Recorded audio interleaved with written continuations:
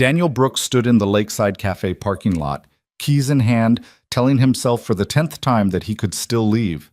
Inside, a woman he'd never met was waiting. Another setup, another disaster in the making.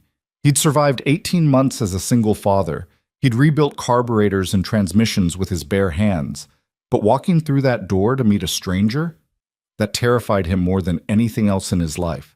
He didn't know that in 2 hours, everything he believed about second chances would shatter. He didn't know that the woman inside would see past every wall he'd built. And he had no idea that falling in love again would become the hardest, most important thing he'd ever done. If you want to know how a man who'd given up on love found it in the most unexpected place, stay with me until the end. And hey, drop a comment telling me what city you're watching from. I love seeing how far these stories travel. Hit that like button if you believe in second chances, and let's begin. The parking lot gravel crunched under Daniel's work boots as he stood beside his truck, staring at the cafe entrance like it might bite him. The evening sun cast long shadows across the small lakeside building, turning the windows into mirrors that reflected nothing but his own hesitation. "This is stupid," he muttered, pulling his phone from his jacket pocket. His thumb hovered over Marcus's contact. One call, one excuse about his son being sick, and he could be back home in 20 minutes. Safe, predictable, alone. But Marcus had used the word please 3 times in yesterday's text. So had Steve. And when 2 grown men who normally communicated in grunts and sports scores started begging, it meant they genuinely cared. Or they'd completely lost their minds. Daniel shoved the phone back in his pocket and forced his feet toward the entrance. The cafe was smaller than he'd expected. Maybe 10 tables scattered across a warm, wood-paneled room that smelled like coffee and something cinnamon. Soft jazz played from speakers he couldn't see. Through the far windows, the lake stretched out like hammered copper in the fading light. And there, at a corner table with a clear view of both the door and the water, sat a woman who looked up the moment he entered. Their eyes met. Daniel's first thought was that Marcus had undersold her. His second thought was that he should have worn something nicer than his cleanest pair of jeans and a button-down that still had a crease from the package. His third thought evaporated entirely when she smiled, not the nervous, practiced smile of someone on a blind date, but something genuine that reached her eyes. "Daniel?" She stood, and he noticed she was tall, maybe 5'8", with dark hair pulled back in a simple ponytail. She wore jeans, too, and a soft gray sweater that looked comfortable rather than calculated. "I'm Emily." "Yeah, hi." He crossed the space between them, suddenly hyper-aware of the motor oil he could never quite scrub from under his fingernails. "Sorry if I'm late. I wasn't sure about parking." "You're right on time." She gestured to the chair across from her. "I got here early. Nervous habit." That admission, small, honest, loosened something in his chest. He sat down, hanging his jacket on the chair back. "You're nervous?" "Terrified." Emily laughed, and the sound was lighter than her speaking voice. "Blind dates aren't exactly my comfort zone. My sister set this up, and she can be persistent." "Sounds like you know my friends Marcus and Steve." "The dynamic duo of matchmaking? They think because they both got married this year, they're relationship experts." Daniel accepted a menu from the server who'd appeared beside their table. "Thanks. Just coffee for me. Black." "Same," Emily said, then caught herself. "Actually, do you have any of that cinnamon blend? I smelled it coming in." "We do. I'll bring a pot." The server, a kid who couldn't be older than 20, grinned like he was in on some secret. "Y'all take your time."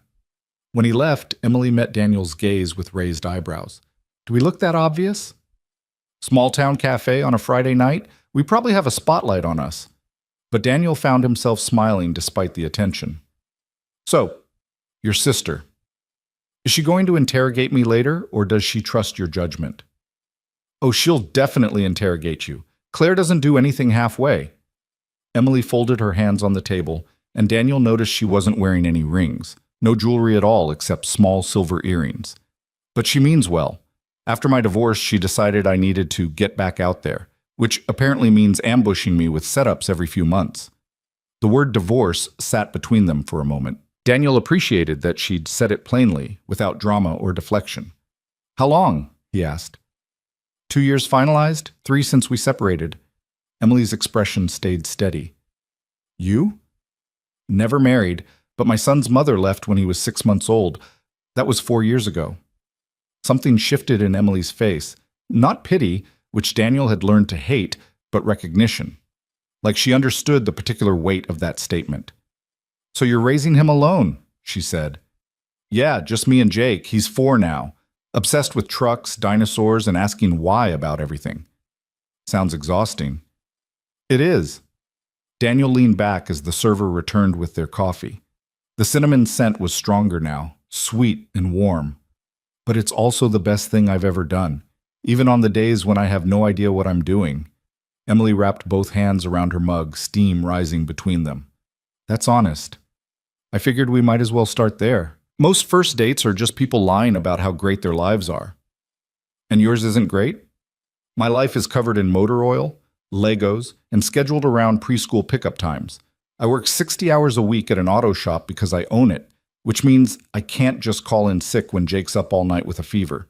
I haven't been on a date in over a year because by the time I get him to bed, I barely have energy to shower. Daniel met her eyes. But Marcus and Steve wouldn't shut up about this, so here I am, probably talking way too much. Emily's smile returned, softer this time. You're not. And for what it's worth, I teach high school English, which means I spend my days with teenagers who think Shakespeare is torture. I live in a rental house I can't afford to buy. And my idea of a wild Friday night used to be grading essays with wine until my sister started forcing me into social situations. Used to be? Still is, honestly. But I'm trying to convince myself that's sad. Daniel laughed, actually laughed, the sound surprising him. Is it working? Not really. I like my essays and wine. They fell into conversation then, the kind that skipped past small talk into something more substantial. Emily asked about the auto shop, and Daniel found himself describing the satisfaction of diagnosing a problem nobody else could solve, the puzzle of making something broken work again. She listened like she actually cared, asking follow-up questions that proved she was paying attention. When he turned the questions back to her, Emily talked about teaching, not the easy parts, but the hard ones. The students who came from difficult homes, the ones who couldn't read at grade level but were too embarrassed to ask for help. The small victories that made the frustrating days worthwhile. There's this kid in my junior class, she said, her coffee long gone cold. Jordan. Smart as hell, but his family moves around a lot. Foster system. He missed the first month of school, and he was so far behind I didn't think he'd catch up. Did he? He wrote the best essay on Hamlet I've seen in 5 years. Turned it in last week. Emily's whole face lit up. He compared Hamlet's indecision to being stuck between foster homes, never sure which one was real or permanent. It was heartbreaking and brilliant. Daniel watched her talk, noticing how her hands moved when she got excited, how her voice changed when she cared about something. This wasn't performance. This was real. You really love it, he said. I do, even when it's hard. Maybe especially then. Emily caught herself, laughing slightly. Sorry, I could talk about my students for hours. Don't apologize. It's nice hearing someone talk about work like it matters. Doesn't yours? Yeah, but fixing cars isn't exactly changing lives. Isn't it? Emily tilted her head. You said you own the shop. That means people depend on you. And I'm guessing you've helped plenty of people who couldn't afford to go somewhere else. Daniel thought about Mrs. Chen, whose ancient sedan he'd kept running for 2 years past its expiration date because she needed it for her nursing shifts. About the kid who'd come in last month with a broken taillight and no money. Daniel had fixed it for free because a traffic stop could have turned into something worse. Maybe, he admitted. Definitely. Emily's tone was firm. The world needs people who fix things, who show up and do the work nobody else wants to do. The server returned, asking if they wanted food. Daniel glanced at his watch and was shocked to see 2 hours had passed. 2 hours that had felt like 20 minutes. I should probably eat something, Emily said, scanning the menu. Otherwise, I'll regret this coffee. They ordered sandwiches and kept talking. Emily told him about growing up in a small town 3 hours north, about her sister Claire who'd become a nurse and appointed herself the family problem solver.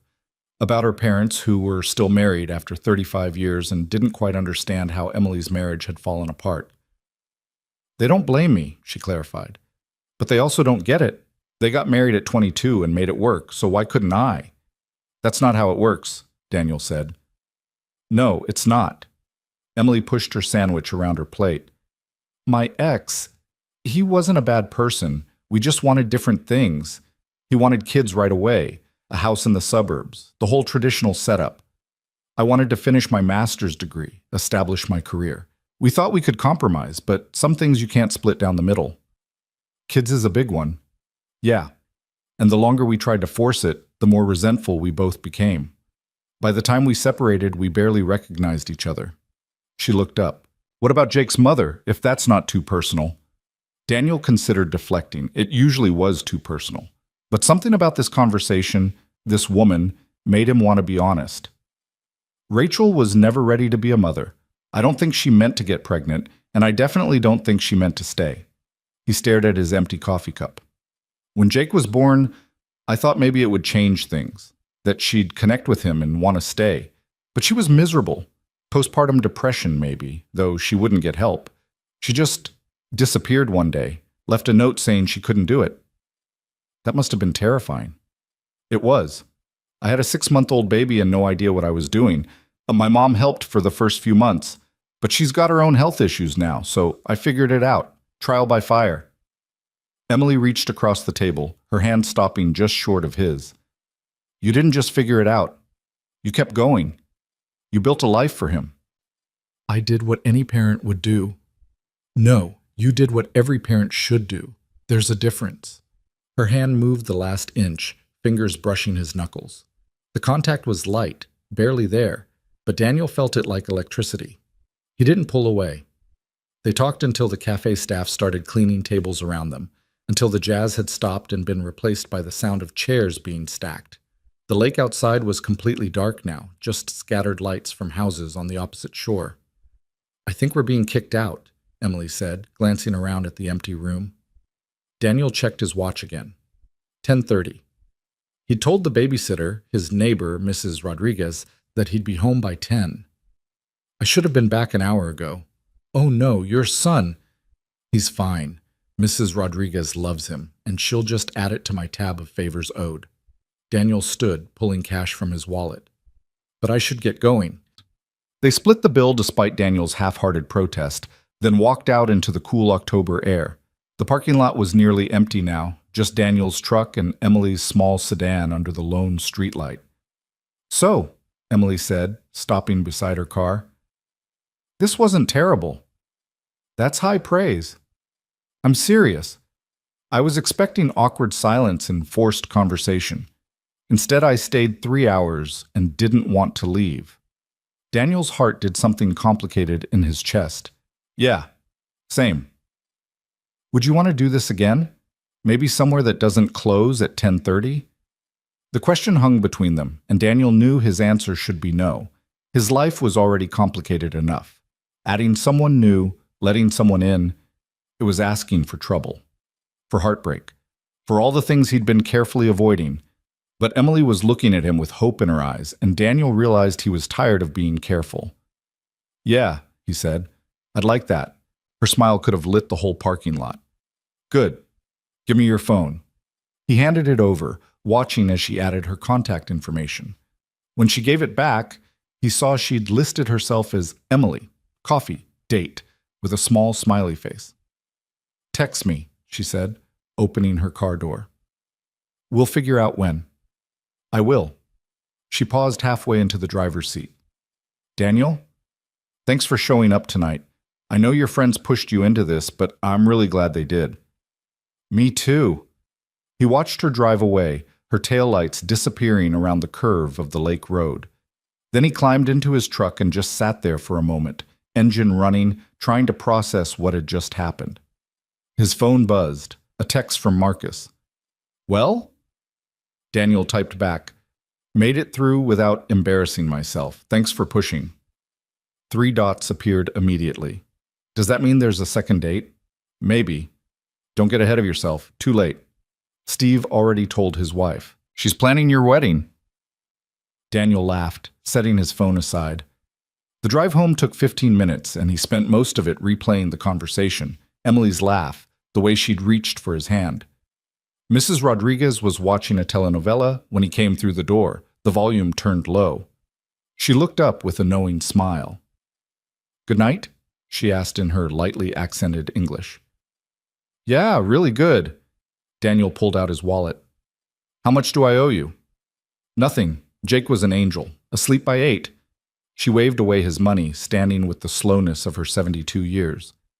"But you come fix my garbage disposal tomorrow, yes? It's making that noise again." "I'll be there in the morning." "Good boy." She patted his arm. "You look happy. It's nice." After she left, Daniel checked on Jake, who was sprawled across his race car bed with stuffed animals scattered around him like casualties.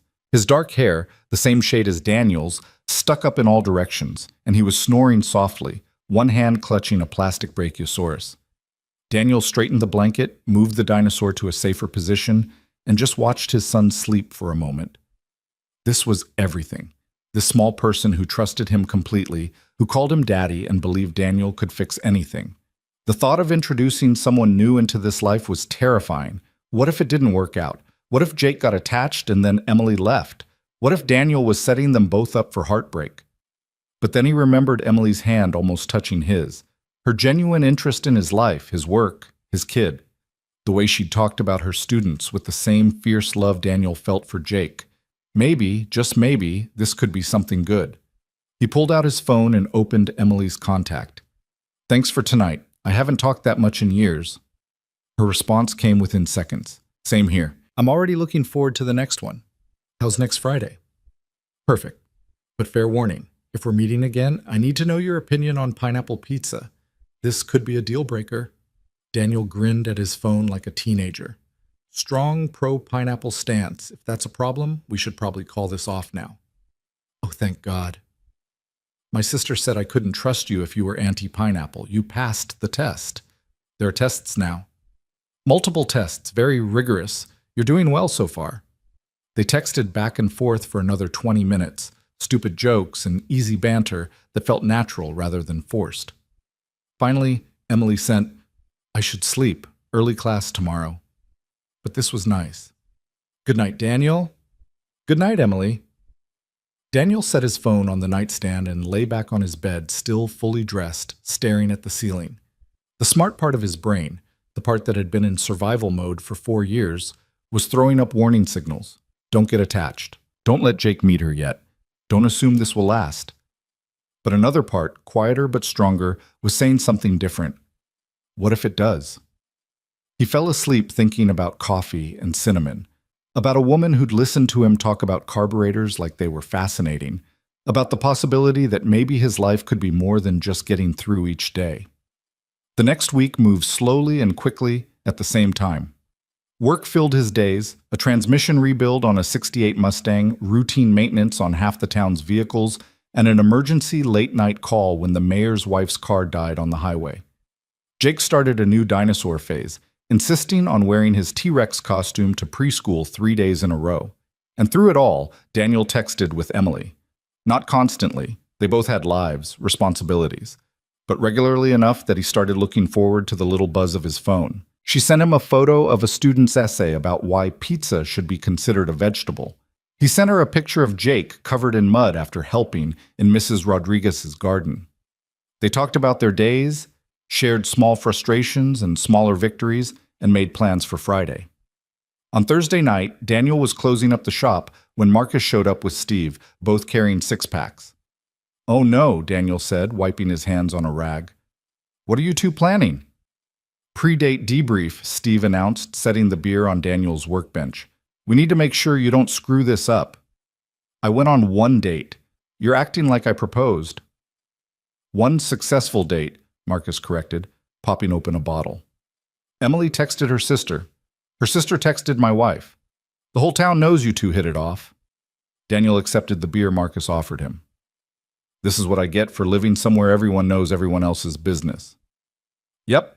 So what's the plan for tomorrow?" "Dinner. That Italian place on Main Street." Daniel had made the reservation 3 days ago, then worried he was being too formal, then worried he wasn't being formal enough. Dating after years of not dating was like learning a foreign language he'd only half known in the first place. Good choice. Romantic but not over the top. Steve nodded approvingly. You gonna tell her about Jake being home with the sitter, or are you keeping that quiet? Why would I keep it quiet? She knows I have a son. Yeah, but there's a difference between knowing intellectually and knowing you're on a clock because your kid's at home. Daniel took a long drink. She has a job. She gets having responsibilities. True. Marcus leaned against the workbench, his expression turning more serious. Look, man, we're giving you shit, but we're also really happy for you. You've been in survival mode for so long, and Emily seems great. Just don't overthink it. Let yourself enjoy this. I'm trying. Are you? Steve asked. Because I know you, Danny. You're already planning for how it might go wrong instead of how it might go right. Daniel wanted to argue, but Steve wasn't wrong. Half his brain was already catastrophizing, imagining Emily deciding this was too complicated, Jake getting hurt, himself falling for someone who'd eventually leave. Old habits, he muttered. New chances, Marcus countered. That's allowed, you know, being happy, trying again. They stayed for another hour, the conversation drifting to easier topics, sports, work, Steve's upcoming anniversary trip. By the time they left, Daniel felt steadier. Less like he was about to jump off a cliff and more like he was simply taking a step forward. Friday arrived with rain, the kind of steady autumn downpour that made everything gray and slick. Daniel spent the afternoon reorganizing his closet, trying to find something date-appropriate that wasn't covered in oil stains. He settled on dark jeans and a blue button-down that Jake's teacher had once said brought out his eyes, a comment he'd been too flustered to respond to properly, but had filed away for future reference. Jake was fascinated by the preparation process. "Why are you so clean?" he asked, watching Daniel shave with the intensity of a scientist observing an experiment. "I'm going out tonight, remember? Mrs. Rodriguez is going to make you dinner." "Where are you going?" "To dinner with a friend." "What friend?" Daniel met his son's eyes in the mirror. At 4, Jake was smart enough to know when adults were being evasive. "Her name is Emily. I met her last week." "Is she nice?" "Yeah, buddy, she's very nice." "Does she like dinosaurs?" "I don't know yet. I can ask her." Jake considered this gravely.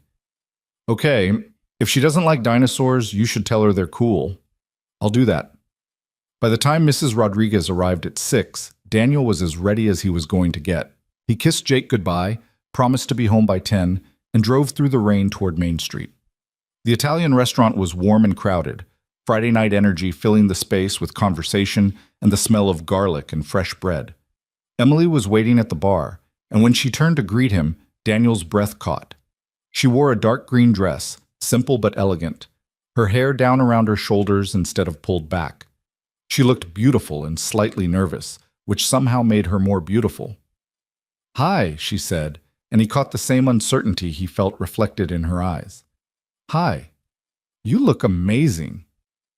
"Thanks. You clean up pretty well yourself." She gestured to the crowded dining room. "I think our table's almost ready. Want to wait at the bar?" They ordered wine and found 2 seats near the end, close enough that their shoulders brushed. The bartender, a woman in her 50s with kind eyes, smiled at them like she knew exactly what this was. "First date here?" she asked, setting down their glasses. "Second date, actually," Emily said before Daniel could answer. "But first time here." "Well, the chicken marsala is divine and the tiramisu is dangerous. Fair warning." She winked and moved on to other customers. Daniel raised his glass. "To second dates." Emily clinked hers against his. "To actually getting here through all this rain." The wine was good. Not that Daniel was an expert, but it tasted expensive and made him feel slightly sophisticated. They talked easily, picking up conversations from their texts, filling in details about their weeks. "So did Jake survive in the T-Rex costume?" Emily asked. "Barely. His teacher finally convinced him that T-Rexes need to take baths too. Smart teacher. She's a saint. I don't know how she manages 24-year-olds without losing her mind." Emily laughed. Different skill set than high schoolers, but same level of chaos, just with more snacks and nap time. Their table was called, and they moved to a quiet corner booth with a candle flickering between them. The menu was extensive, and Daniel found himself genuinely interested in the food, rather than just picking something safe. The bartender wasn't kidding about the chicken marsala, Emily said, studying the descriptions, but the seafood linguine sounds incredible. They ordered chicken marsala for him, linguine for her, and a shared appetizer of bruschetta that arrived smelling like summer. Between bites, they talked about everything and nothing. Emily told him about Jordan's latest essay. Daniel described the Mustang rebuild, how satisfying it was to bring something broken back to life. "You keep saying that," Emily observed. "Fixing things, making them work again. That's the job." "I think it's more than that." She set down her fork, meeting his eyes. "You like the challenge, the puzzle of it." "Maybe. There's something clean about mechanical problems. You diagnose the issue, replace the broken part, and it works. People are messier." "Everything is messier," Emily agreed, "but that doesn't make it less worthwhile." The conversation deepened as the meal progressed. Emily talked about her divorce with more detail than she had the first night, not dwelling on it, but acknowledging how it had changed her understanding of relationships, commitment, what she wanted from life. "I thought marriage was supposed to be easy if you found the right person," she said. "Like in movies where love conquers all and you just know. But real life isn't like that. Love isn't enough if you're not growing in the same direction." "So what is enough?" Daniel asked. "I don't know yet, but I think it starts with honesty, with seeing someone clearly and letting them see you the same way. No pretending, no performing." She paused. "That's what I liked about our first date. You didn't try to impress me with some perfect version of yourself. You just were." "I was tired," Daniel admitted. "Too tired to pretend. I figured if you were going to run, better to get it over with early." "I'm not running."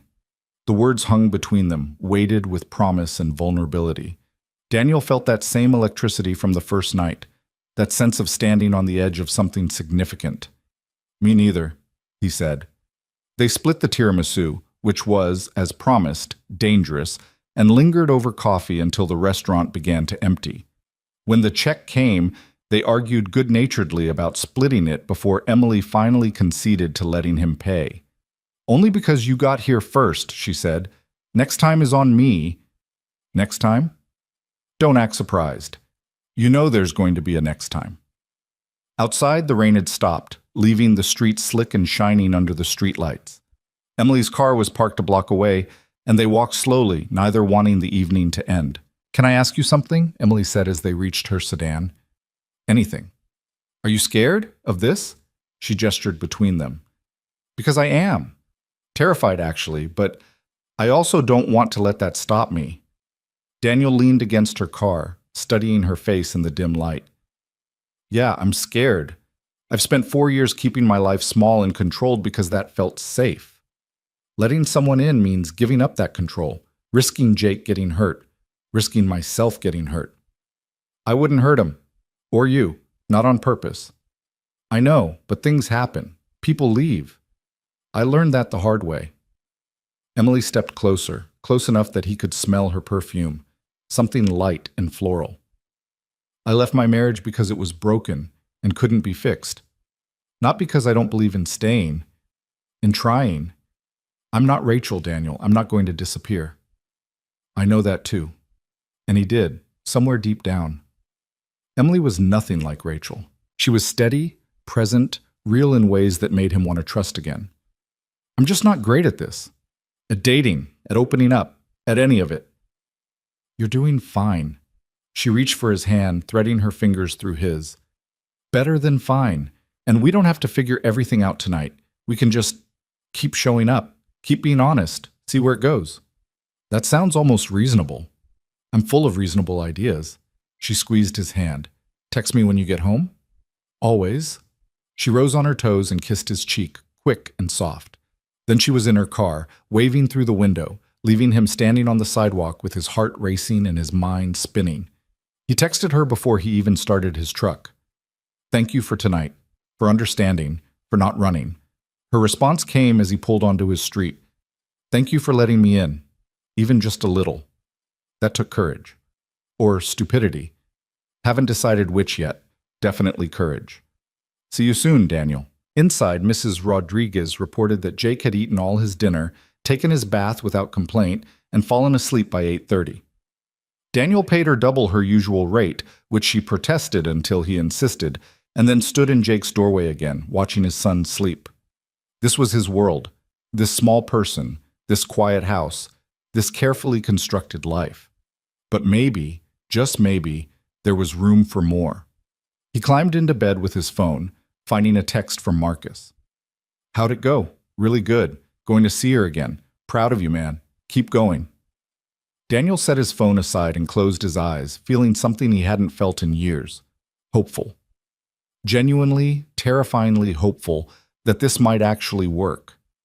That he might get to keep this feeling, this lightness, this possibility for more than just 2 nights. Sleep came easier than expected, and he dreamed of coffee shops and rain-slicked streets, of green dresses and gentle hands, of second chances that might actually become thirds and fourths and more.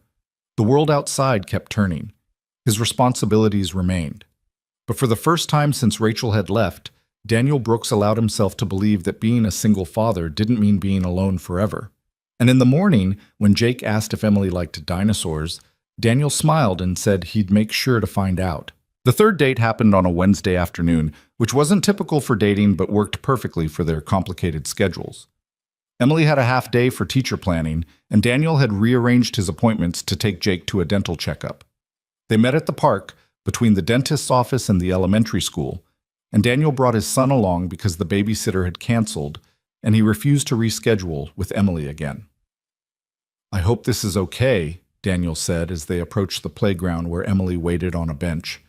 "I know meeting the kid is usually a bigger deal, but—" "It's fine," Emily interrupted, standing as Jake bounded ahead toward the swings. "Really? I'd love to meet him." Jake stopped short when he saw her, suddenly shy in the way 4-year-olds could be around strangers. He pressed against Daniel's leg, peering up at Emily with wide eyes. "Hey, Jake," Emily said, crouching down to his level instead of looming over him. "Your dad told me you're really into dinosaurs, is that true?" Jake nodded, still cautious. "That's so cool. I had a student last year who knew everything about velociraptors. Do you have a favorite dinosaur?" "Brachiosaurus," Jake said quietly. "They're the tallest." "Wow, that's a great choice. I bet you know a lot about them." Something in Emily's tone, genuine interest without condescension, made Jake relax. He pulled away from Daniel's leg and launched into a detailed explanation of why brachiosauruses were better than all other dinosaurs, complete with hand gestures showing their long necks. Emily listened like it was the most important lecture she'd ever heard, asking questions that proved she was actually paying attention. Daniel watched them interact, something warm and terrifying spreading through his chest. "Can I go on the swings?" Jake asked finally, his shyness completely evaporated. "Sure, buddy. Stay where I can see you." Jake ran off, and Emily straightened, brushing grass from her jeans. "He's wonderful." "He's a handful. All the best kids are." She sat back down on the bench, and Daniel joined her. From here they could see Jake climbing the playground structure, his dinosaur shirt bright against the gray October sky. "Thanks for bringing him. I know that wasn't the original plan. Mrs. Rodriguez had a doctor's appointment she forgot about, and my mom isn't feeling great this week. I could have canceled, but you didn't want to," Emily finished. "I'm glad. This is your life, Daniel. I want to see it." They sat in comfortable silence for a moment, watching Jake slide down the metal slide and immediately run back around to do it again. Other kids played nearby, a birthday party taking over the pavilion, a toddler learning to walk on wobbly legs while his parents hovered close. "Do you want kids?" Daniel asked, the question coming out before he could second-guess it. "I know you said that was part of why your marriage ended, but I never asked what you actually wanted." Emily was quiet for a long moment, her eyes on the playground. "I used to think I didn't. That's what I told myself during the divorce, that I'd made the right choice, that my career was enough. But honestly, I don't know anymore. I think what I didn't want was to have kids just because it was expected, to become a mother before I was ready and end up resenting everyone involved. That's fair. But sitting here, watching Jake, seeing how you are with him..." She trailed off, then seemed to decide something. "I think I could want that. with the right person at the right time. Does that make sense? Yeah, it does. Daniel felt relief flood through him, though he hadn't realized how tense he'd been waiting for her answer. I never planned on being a single father. I thought I'd have a partner, someone to share it with. But Jake's the best thing that ever happened to me, even if it's also the hardest. He's lucky to have you. Some days, I'm not sure about that. Emily turned to face him fully. You know what I see? A man who reorganized his entire life around his son, who works 60-hour weeks to support him, who reads him dinosaur books and takes him to the dentist and shows up even when he's exhausted. Jake might not understand that now, but he will. And he'll know he was loved completely. Daniel had to look away, emotion tightening his throat. You barely know us. I know enough. Her hand found his on the bench between them, fingers sliding into place like they belonged there. And I'd like to know more, if you'll let me. Before Daniel could respond, Jake came running over, breathless and excited. Dad, there's a big slide. Can I go on it? Let me see which one. Daniel stood, letting Emily's hand slip from his. Jake dragged him toward the far side of the playground, pointing at a tall spiral slide that made Daniel's protective instincts kick into overdrive. I don't know, buddy. That's pretty high. I'm big enough, please. Daniel assessed the slide, the landing, the likelihood of injury. Then he looked at his son's hopeful face and made a decision that went against every safety-conscious bone in his body. Okay, but I'm going to stand right here and watch, and you have to be careful. Jake's whoop of joy could probably be heard across the park. He scrambled up the ladder with the fearlessness of childhood, while Daniel positioned himself at the bottom, ready to catch him if something went wrong. Emily appeared beside him. You're doing the anxious parent hover thing. He's 4. Everything is dangerous. True, but he's also capable. Look at him. Daniel watched Jake reach the top of the slide, hesitate for just a second, then launch himself down with absolute confidence. He landed at the bottom with a bump and a giggle, immediately running back around to go again. See, Emily said. He's fine. This time, ask me again when he breaks his arm. When, not if. Have you met children? Broken bones are inevitable. They watched Jake go down 3 more times before he got distracted by a group of kids playing tag. He looked back at Daniel with a silent question on his face. Go ahead, Daniel called. Stay in the playground. Jake joined the game with the easy social grace of kids who didn't overthink everything, and Daniel found himself back on the bench with Emily, hands linked again like it was the most natural thing in the world. Can I tell you something? Emily said after a while. Always. I'm really happy right now, just sitting here, watching kids play, holding your hand. It's simple and normal, and I can't remember the last time I felt this settled. Daniel squeezed her fingers. Me too. Which is weird because my kid is currently wrestling with strangers, and I should probably intervene. He's fine. They're just playing. You say that now. Wait until someone cries. As if summoned by his words, one of the kids, a little girl in a pink jacket, tripped and started wailing. The game stopped immediately, everyone freezing in that universal childhood panic of someone getting hurt.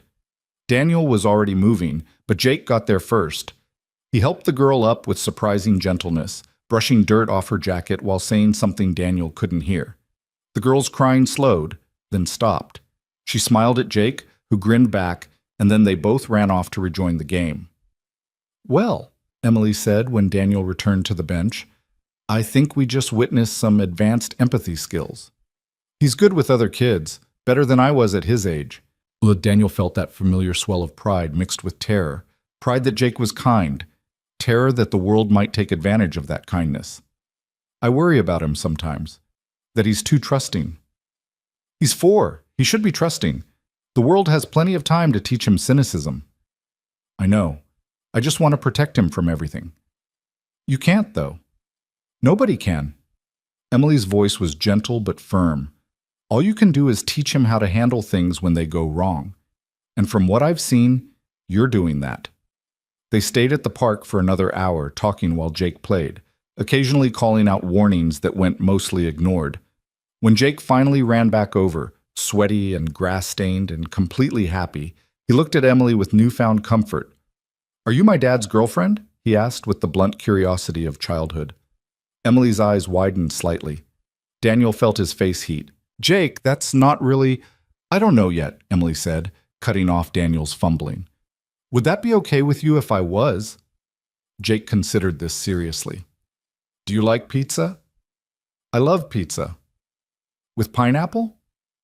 Especially with pineapple, Jake looked at Daniel. She can be your girlfriend. Oh well, as long as I have your permission, Daniel said, trying not to laugh at the absurdity of getting relationship approval from a 4-year-old. You're welcome, Jake said solemnly, then immediately shifted topics. I'm hungry. They ended up at a diner down the street, the kind of place with sticky menus and bottomless coffee where half the town seemed to eat lunch. Jake ordered pancakes, despite it being 3 in the afternoon, and proceeded to drown them in syrup while Emily and Daniel shared a basket of fries. So, Emily said once Jake was thoroughly occupied with his food. Girlfriend, that's a big word. He's 4. He doesn't know what it means. But we do. Oh, she stole a fry from his plate. Is that what this is? Daniel thought about deflecting, making a joke, keeping things light. But Emily had asked for honesty, and she deserved it. I don't know what to call it. I like you. I think about you constantly. I want to keep seeing you, but I also have no idea what I'm doing, and I'm terrified of screwing this up. What if we just call it what it is? 2 people who like each other, spending time together, seeing where it goes. No pressure, no expectations beyond being honest and showing up. That sounds almost healthy. Right? I'm as surprised as you are. Emily smiled and Daniel felt that now familiar flutter in his chest. But seriously, I'm not asking you to have everything figured out. I just want to be part of your life, however that looks. Even the messy parts? Especially those, the messy parts are real. Jake looked up from his pancakes, syrup on his chin. Emily, do you have a job? I do. I'm a teacher. What do you teach? English. That means reading and writing. Jake wrinkled his nose. I don't like writing. My hand gets tired. That's fair. But you like stories, right?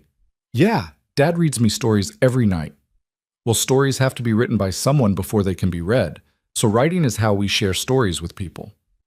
Jake absorbed this with the seriousness of someone receiving profound wisdom. Okay, I guess writing is okay then.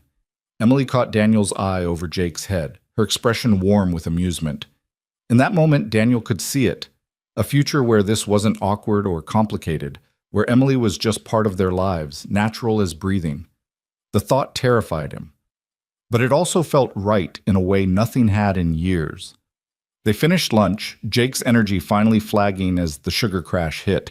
Daniel paid the check while Emily helped Jake into his jacket, the domestic normalcy of it striking him quiet. This could be his life. This could be real. Outside the diner, Emily walked them to Daniel's truck. Jake was already half asleep against Daniel's shoulder, his small body heavy with exhaustion. Thanks for today, Daniel said quietly.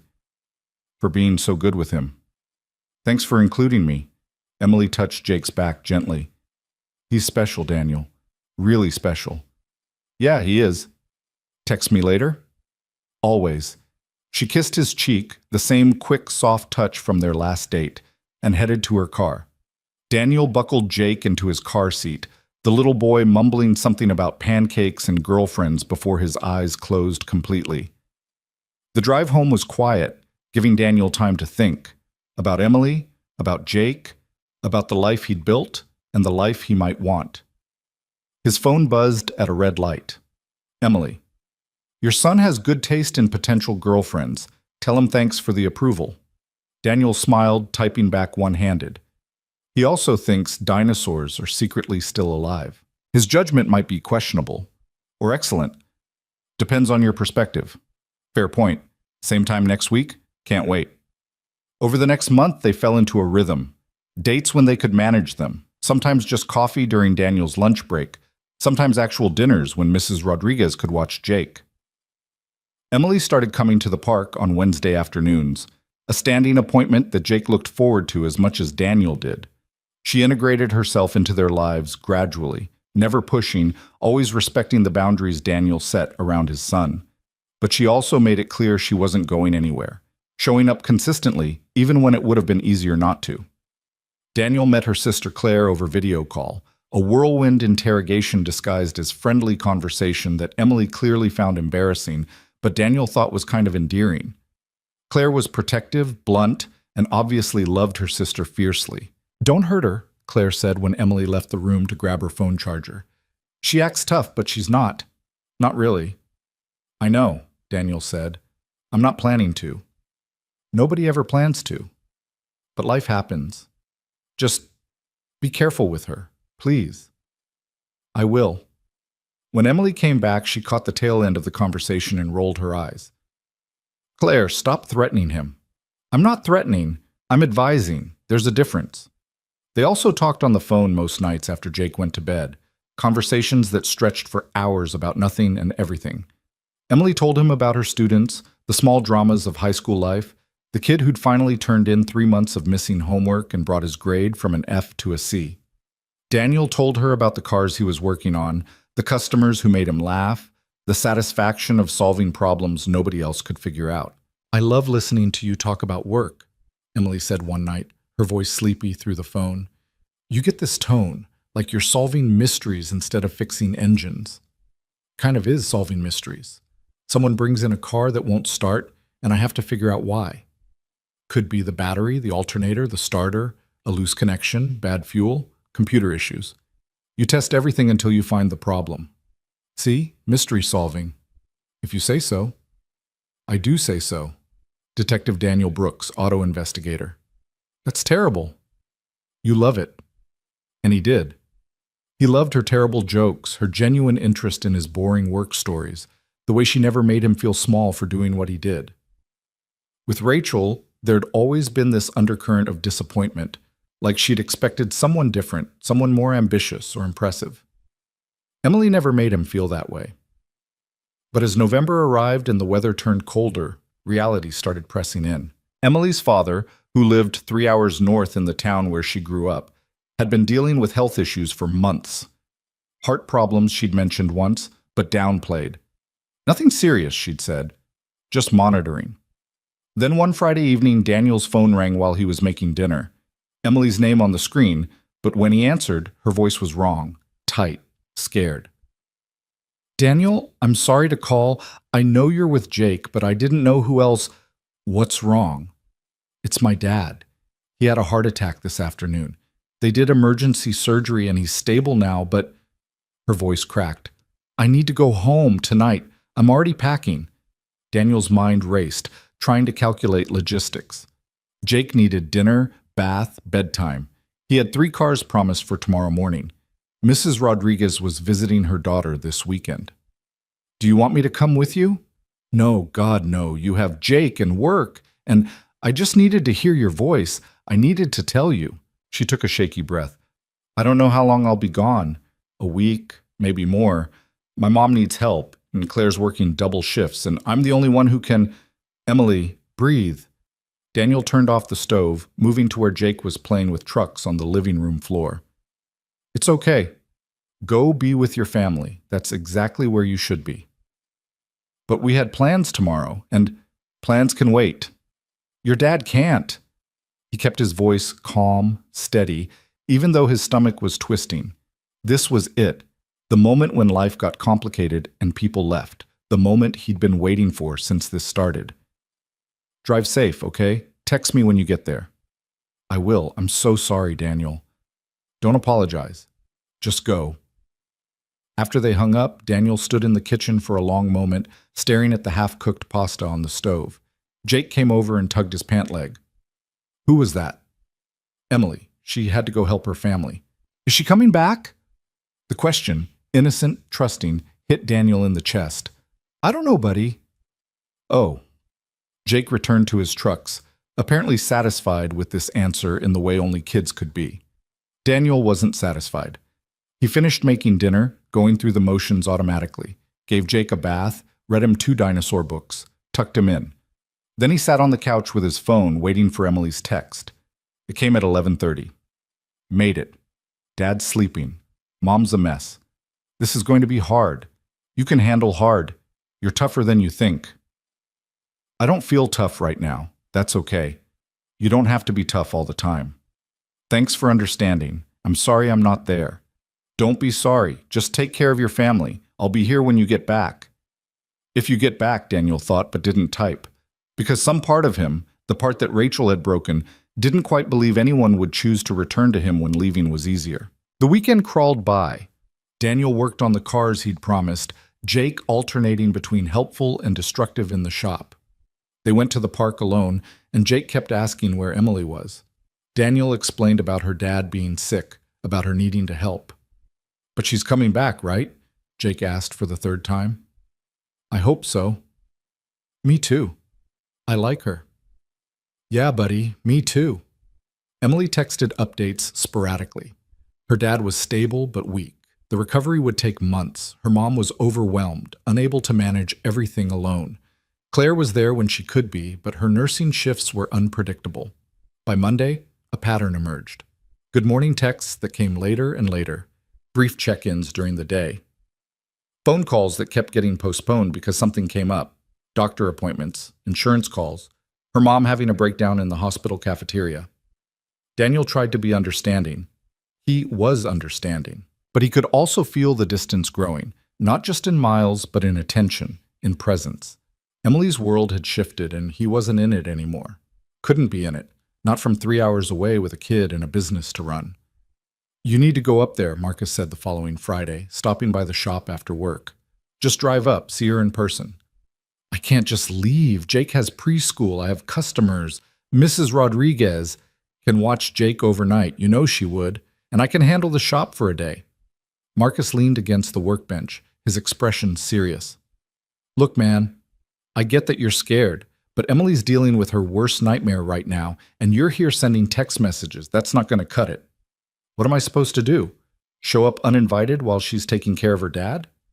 You're supposed to show her you're not going anywhere, that when things get hard, you step up instead of pulling back. Marcus softened his tone. I know Rachel screwed you up. I know trusting someone feels impossible, but Emily isn't Rachel. And if you don't fight for this, you're going to lose it by default. Daniel wanted to argue, but Marcus was right. He'd been pulling back all week, protecting himself instead of showing up for Emily, operating from fear instead of courage. That night, after Jake was asleep, he called her. She answered on the fourth ring, sounding exhausted. Hey, sorry, it's been a crazy day. I want to come see you, Daniel interrupted. This weekend.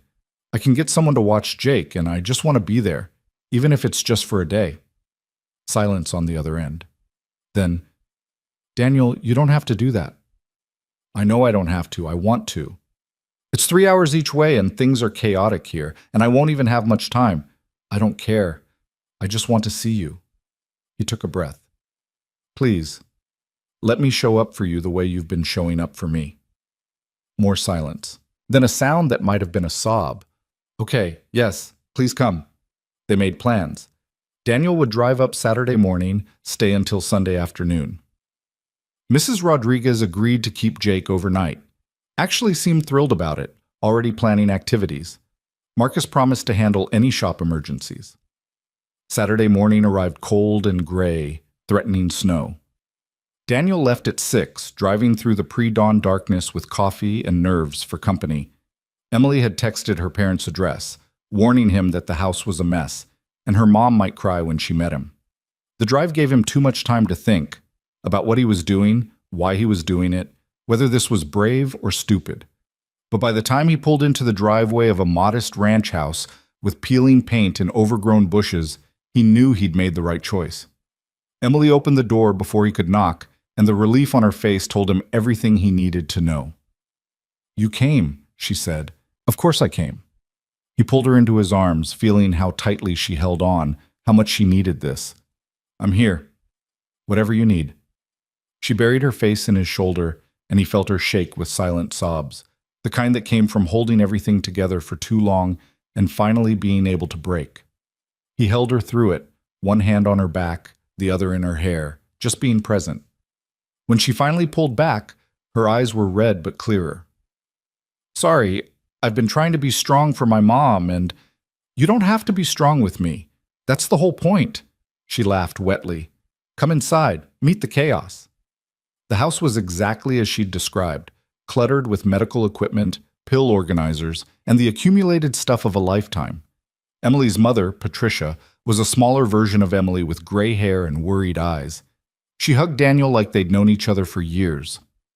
"Thank you for coming," she said. "Emily's been working so hard and I know she misses you terribly." "Mom," Emily protested, embarrassed. "It's true. You talk about him constantly." Patricia patted Daniel's arm. "Are you hungry? I made too much breakfast." The day unfolded in a series of small moments. Daniel met Emily's father, Roger, who was weak but alert, grateful for the company. They talked about cars. Roger had restored a '67 Chevelle in his 20s, and Daniel promised to send photos of the Mustang he was working on. Claire showed up mid-morning, assessed Daniel with the same protective intensity she'd shown over video call, then apparently decided he was acceptable. She put him to work immediately, having him move furniture so their dad could navigate with a walker, fix a loose step on the back porch, and reorganize the garage so the wheelchair would fit. "You're useful," Claire said approvingly. "Emily should keep you." "I'm trying my best," Daniel replied, which made Claire actually smile. But the real gift of the day was just being with Emily. Seeing her in her element, caring for her family with patience and competence, making her lunch because she kept forgetting to eat, taking her on a walk around the neighborhood just to get her out of the house for 20 minutes, holding her hand while they stood in the cold November air, breathing visible in front of them. "I'm sorry I've been distant this week," she said, leaning against him. "I didn't mean to disappear." "You didn't disappear. Your attention was somewhere it needed to be. But I also shut you out, made you think I was pulling away when really I was just drowning." Daniel turned to face her, cupping her face in his hands. "Then tell me next time. Tell me you're drowning so I can help keep you afloat. Don't protect me from the hard parts, Emily. I want all of it, the good, the bad, the impossible days. That's what this is supposed to be." Tears slipped down her cheeks, and he wiped them away with his thumbs. "I was so scared," she whispered. "When my dad had the heart attack, all I could think was that I might lose him. And then I realized I was also scared of losing you, of this thing between us falling apart because I couldn't be there. I'm not that fragile, neither is this." He kissed her forehead. "We're going to have hard days, probably a lot of them. But we figure them out together, not by trying to handle everything alone." "Together," she repeated. I liked the sound of that. They stood there in the cold until Patricia called them back inside for dinner. The meal was chaotic, Roger trying to do too much, Patricia worrying, Claire managing everything with efficient bossiness. But it was also warm, full of laughter despite the circumstances, proof that families could hold together even when things fell apart. Daniel left Sunday afternoon, Emily walking him to his truck. The goodbye was harder than he'd expected. "I don't know when I can come back," she said. "Dad's got weeks of rehab and Mom can't handle it alone. So I'll come to you, not every weekend, but when I can, and we'll figure out the rest." He kissed her, soft and slow. "This doesn't end just because it's hard. Promise?" "Promise. Now go inside before you freeze." The drive home felt longer, his truck too empty, but his phone buzzed regularly with texts from Emily, small updates that kept him connected. By the time he pulled into his driveway, he felt settled in a way he hadn't all week. Jake was full of stories about his weekend with Mrs. Rodriguez. They'd made cookies, watched movies, built a blanket fort. Daniel let him talk while getting him ready for bed, grateful for the normalcy. "Did you see Emily?" Jake asked as Daniel tucked him in. "I did." "Is she still your girlfriend?" "Yeah, buddy, she is." "Good." Jake yawned, already half asleep. "I like her." "Me too." Now sleep. But as Daniel headed to his own room, he realized something had shifted. The fear that had been driving him all week, the certainty that Emily would leave, had been replaced by something stronger. Not certainty that everything would work out, but faith that they'd try. That they'd show up for each other, even when it was hard. And maybe, just maybe, that was enough. The weeks that followed tested every promise they'd made to each other. Emily remained at her parents' house, juggling her father's recovery with her teaching responsibilities through a combination of video lessons and substitute teachers. Daniel drove up twice more, stealing whatever hours he could manage between Jake's schedule and the shop. Their relationship existed in fragments, Late-night phone calls, hurried video chats while Jake played in the background, text messages that sometimes took hours to answer. By mid-December, the strain was showing in ways neither wanted to acknowledge. "I can't keep doing this," Emily said during a rare phone call that lasted longer than 10 minutes. It was nearly midnight, and Daniel could hear the exhaustion in her voice. "My principal called today. Said if I can't return after winter break, they'll have to find a permanent replacement." Daniel sat up in bed, alarm cutting through his own tiredness. "What did you tell him?" "That I'd let him know by the end of the week. But Daniel, I don't see how I can leave. Dad's getting stronger, but he still needs help with everything. Physical therapy 4 times a week, medications, dietary restrictions Mom can't keep track of. Claire's pulling double shifts at the hospital, and we can't afford to hire full-time care." "So what are you saying?" The question came out harder than he intended, fear sharpening his words. "I don't know what I'm saying. I'm tired. And I miss you. And I feel like I'm failing at everything. Teaching, caregiving, being your girlfriend. I can't be in 2 places at once." Daniel wanted to tell her it would be okay, that they'd figure it out. But he was tired too.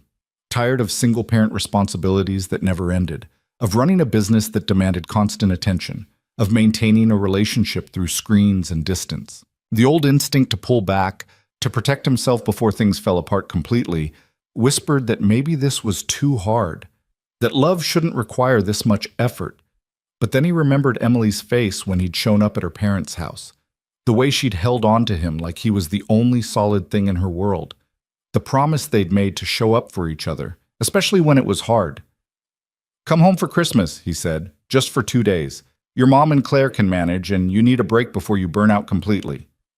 "I can't just abandon—" "It's not abandoning. It's taking care of yourself so you can keep taking care of them." Daniel softened his voice. "Please, Emily, come home. See me and Jake. Remember why you're fighting so hard to make this work." The silence stretched long enough that Daniel thought she might refuse. Then she sighed, and he could hear the surrender in it. "Okay, 2 days, but I'm driving back on the 26th. That's fine. 2 days is enough." Except when Christmas arrived and Emily pulled into his driveway late on Christmas Eve, Daniel realized 2 days would never be enough. She looked thinner, dark circles under her eyes, moving with the careful exhaustion of someone running on fumes. But when Jake barreled out the front door yelling her name, her whole face transformed. "Hey, buddy!" She caught him in a hug, lifting him despite clearly not having the strength for it. "I missed you so much. I made you a picture. It's dinosaurs and you and Dad and me." Jake wriggled free, grabbing her hand. "Come see, come see." Daniel watched from the doorway as Jake dragged Emily inside, chattering about everything she'd missed.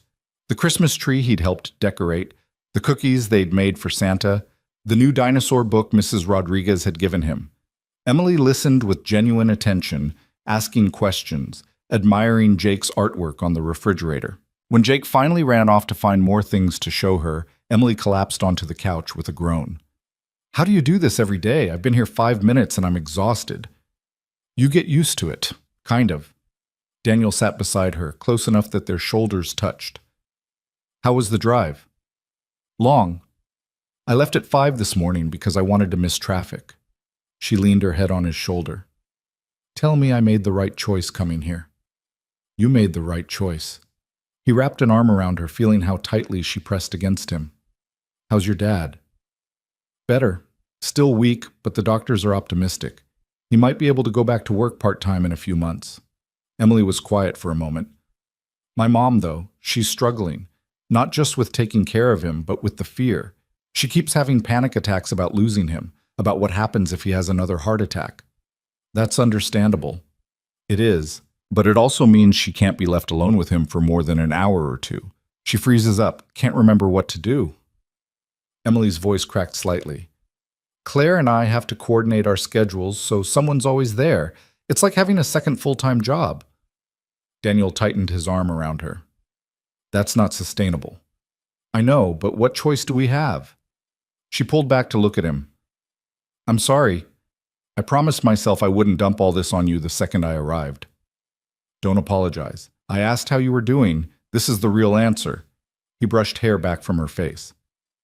"I'm glad you're here, even if it's just for 2 days." "Me too." She managed a smile. So what's the plan? I saw you have a tree up. Jake insisted. We're doing Christmas morning tomorrow. Opening presents, making pancakes, the whole thing. I thought maybe tonight we could just relax. Watch a movie after he goes to bed. Pretend the outside world doesn't exist for a few hours. That sounds perfect. They made it through dinner, leftover lasagna Daniel had made the night before, and Jake's insistence on showing Emily every single toy he owned. By 8 o'clock, Jake was yawning despite his protests that he wasn't tired. Santa won't come if you're still awake, Daniel warned. But Emily just got here. And she'll still be here in the morning, I promise.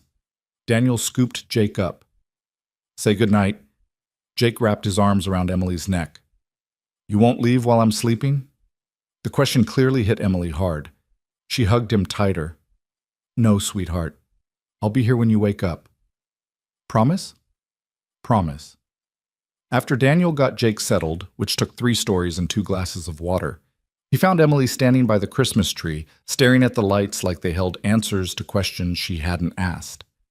He's worried I'll disappear, she said without turning around. 4 years old and he already understands that people leave.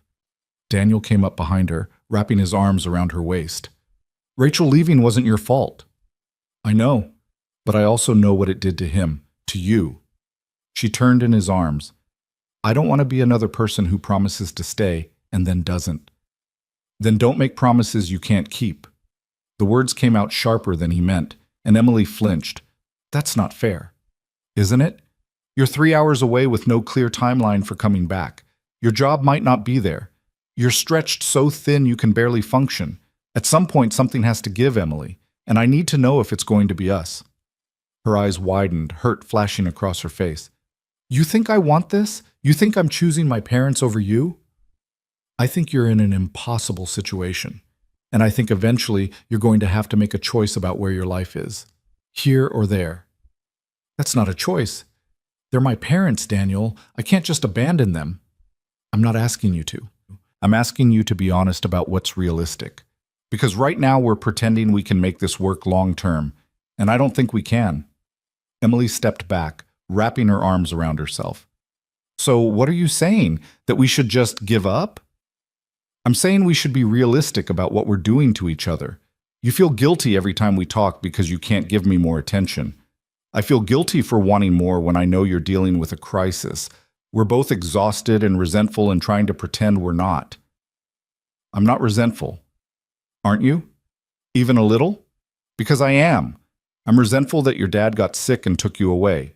I'm resentful that I can't fix this. I'm resentful that loving you has become this hard when it started so easy. The words hung between them, ugly and true. Emily's face crumpled, tears spilling over. I can't believe you're doing this on Christmas Eve. When else would I do it? This is the first time we've been in the same room in 3 weeks. Daniel felt his own eyes burn. I don't want to fight, Emily, but I also can't keep pretending everything's fine when it's not. So what do you want from me? Tell me what you need and I'll do it. I need you to figure out what you want. Not what your parents need, not what I need, not what Jake needs. What you want. Because until you know that, we're just treading water. Emily wiped her face with shaking hands. I want both. I want to be there for my parents and be here with you. I want to teach and take care of my dad and have a relationship. Why can't I have both? Because you're one person with finite time and energy, and trying to do everything means doing nothing well. She stared at him for a long moment, then grabbed her coat from the back of the couch. I need some air. Emily, wait. But she was already out the door, leaving Daniel standing alone in the living room with the Christmas tree lights mocking him with their cheerfulness. He sank onto the couch, head in his hands, wondering if he'd just destroyed the best thing that had happened to him in years. His phone buzzed. Marcus. Merry Christmas Eve, man. Hope you're having a good night with Emily. Daniel stared at the message, then typed back, I think I just ruined everything. The phone rang immediately. What happened? Daniel explained the fight in halting sentences, shame creeping in as he heard his own words out loud. I basically told her she has to choose between me and her parents. What kind of person does that? The kind who's scared and tired and doesn't know how to ask for what he needs without it coming out wrong, Marcus said. Where is she now? Outside somewhere. She needed air. And you let her go. What was I supposed to do? Chase her down and make it worse? You're supposed to go after her and apologize for being an idiot. Marcus's voice was firm. Look, you're not wrong that this situation is unsustainable, but you can't drop that on her and then let her walk away thinking you're giving up. Go find her. Talk to her like you actually want to solve this instead of just being right. Daniel looked out the window, seeing nothing but darkness and the glow of Christmas lights from neighboring houses. What if she doesn't want to talk to me? Then you stand there in the cold until she does. But my guess? She's out there hoping you'll come after her, so go. The call ended, and Daniel grabbed his own coat. He checked on Jake one more time, still sleeping, clutching his dinosaur, then headed outside. He found Emily sitting on the curb at the end of his driveway, arms wrapped around her knees, shoulders shaking. She didn't look up when he approached, but she didn't tell him to leave either. Daniel sat beside her, their breath visible in the cold December air. Christmas lights twinkled from houses up and down the street, and somewhere a dog barked. They sat in silence for a long time before Emily finally spoke. "I'm so tired of feeling like I'm failing everyone," she said quietly. "My parents need me. My students need me. You and Jake need me. And I can't be enough for any of you." "That's not true." "It is. I see it in my mom's face every time I mention leaving, in my principal's emails asking when I'm coming back, in the way you look at me like you're waiting for me to disappear." She turned to face him, tears tracking down her cheeks. "And the worst part is, I don't know what the right choice is. Every option feels like I'm betraying someone." Daniel reached for her hand, relieved when she didn't pull away. "I'm sorry for how I said all that, for making you feel like you had to choose. But you weren't wrong. Something has to give. I can't keep splitting myself into pieces and expecting it not to break me. So let's figure out what gives. Together." He squeezed her hand. "What if we stopped trying to maintain what we had before and built something new, something that fits the reality we're actually living in?" "What does that look like?" "I don't know yet, but maybe it means accepting that you need to be there for a while longer, that your job might change or you might have to take a leave of absence, that we won't see each other as much as we want, and that's okay because we're working towards something instead of just surviving." Daniel paused. "And maybe it means bringing Jake to visit you sometimes instead of making you always come here, sharing the burden instead of you carrying it alone." Emily's expression shifted, hope flickering through the exhaustion. "You'd do that? Drive up with Jake?" "Why wouldn't I? He likes your parents. And it would give you some relief. Someone to help with your dad. Someone to make you take breaks. Plus, it would mean we actually get to be together instead of just talking about being together." "What about the shop?" "Marcus can handle it for a weekend here and there. And if he can't, the cars will wait. They're just cars, Emily. You're more important." She let out a sound between a laugh and a sob. "I don't deserve you." "Yeah, you do. And I don't deserve you. Which means we're probably perfect for each other." Daniel pulled her closer, and she collapsed against him. "I'm sorry I made this about choosing. You shouldn't have to choose between loving your parents and loving me." "I do love you," she whispered. "I should have said it before, but I was scared. Everything felt so fragile." "I love you too. Have since that first date, probably. I was just too stubborn to admit it." He kissed the top of her head. "We're going to figure this out. It won't look like we planned, but we'll make it work." They sat on the curb until Emily started shivering despite her coat, then headed back inside. The house was warm and quiet, Jake still sleeping peacefully.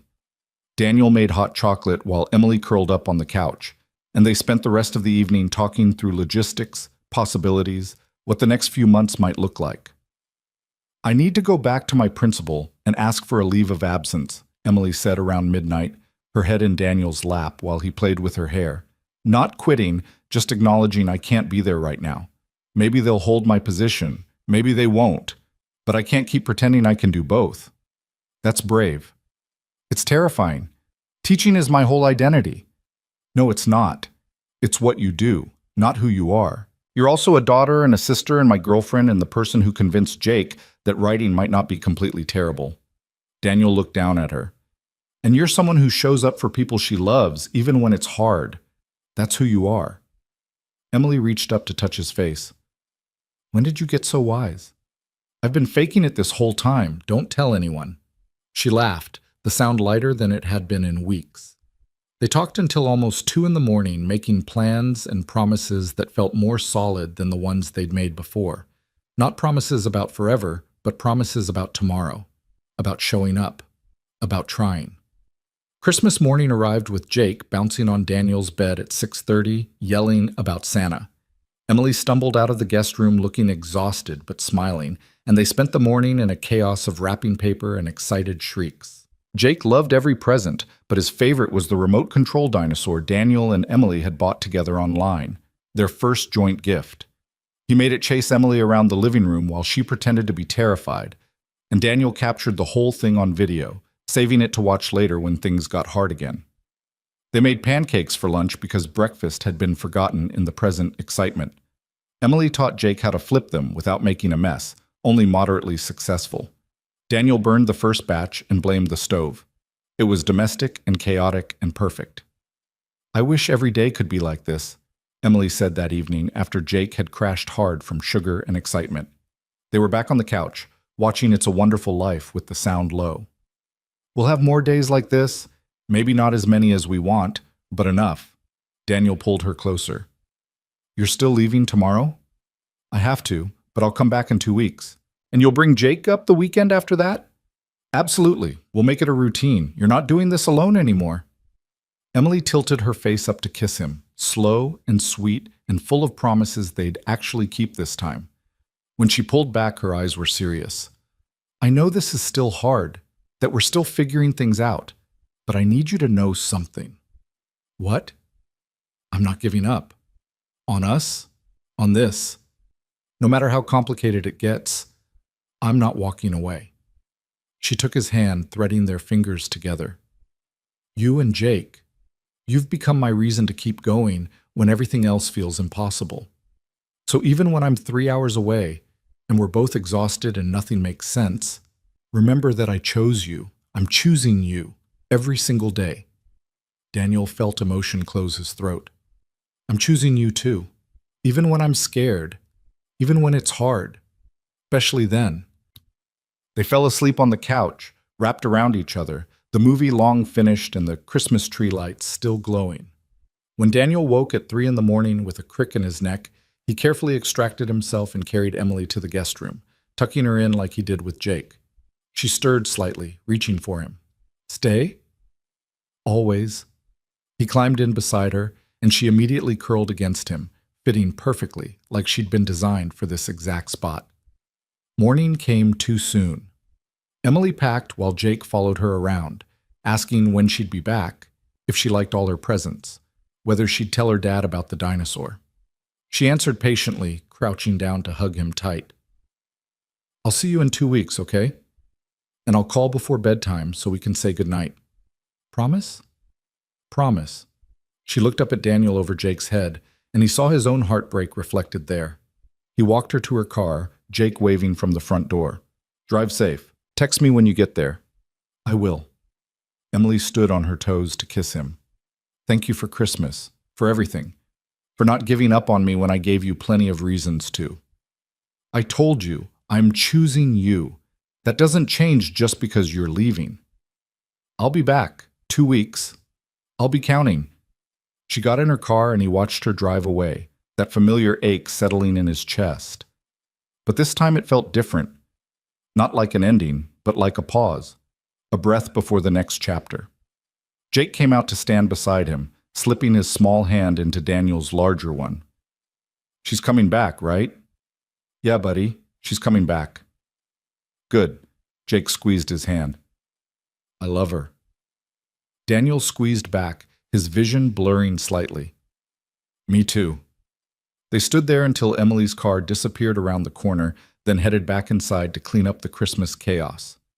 Daniel's phone buzzed with a text from Emily. "Already miss you.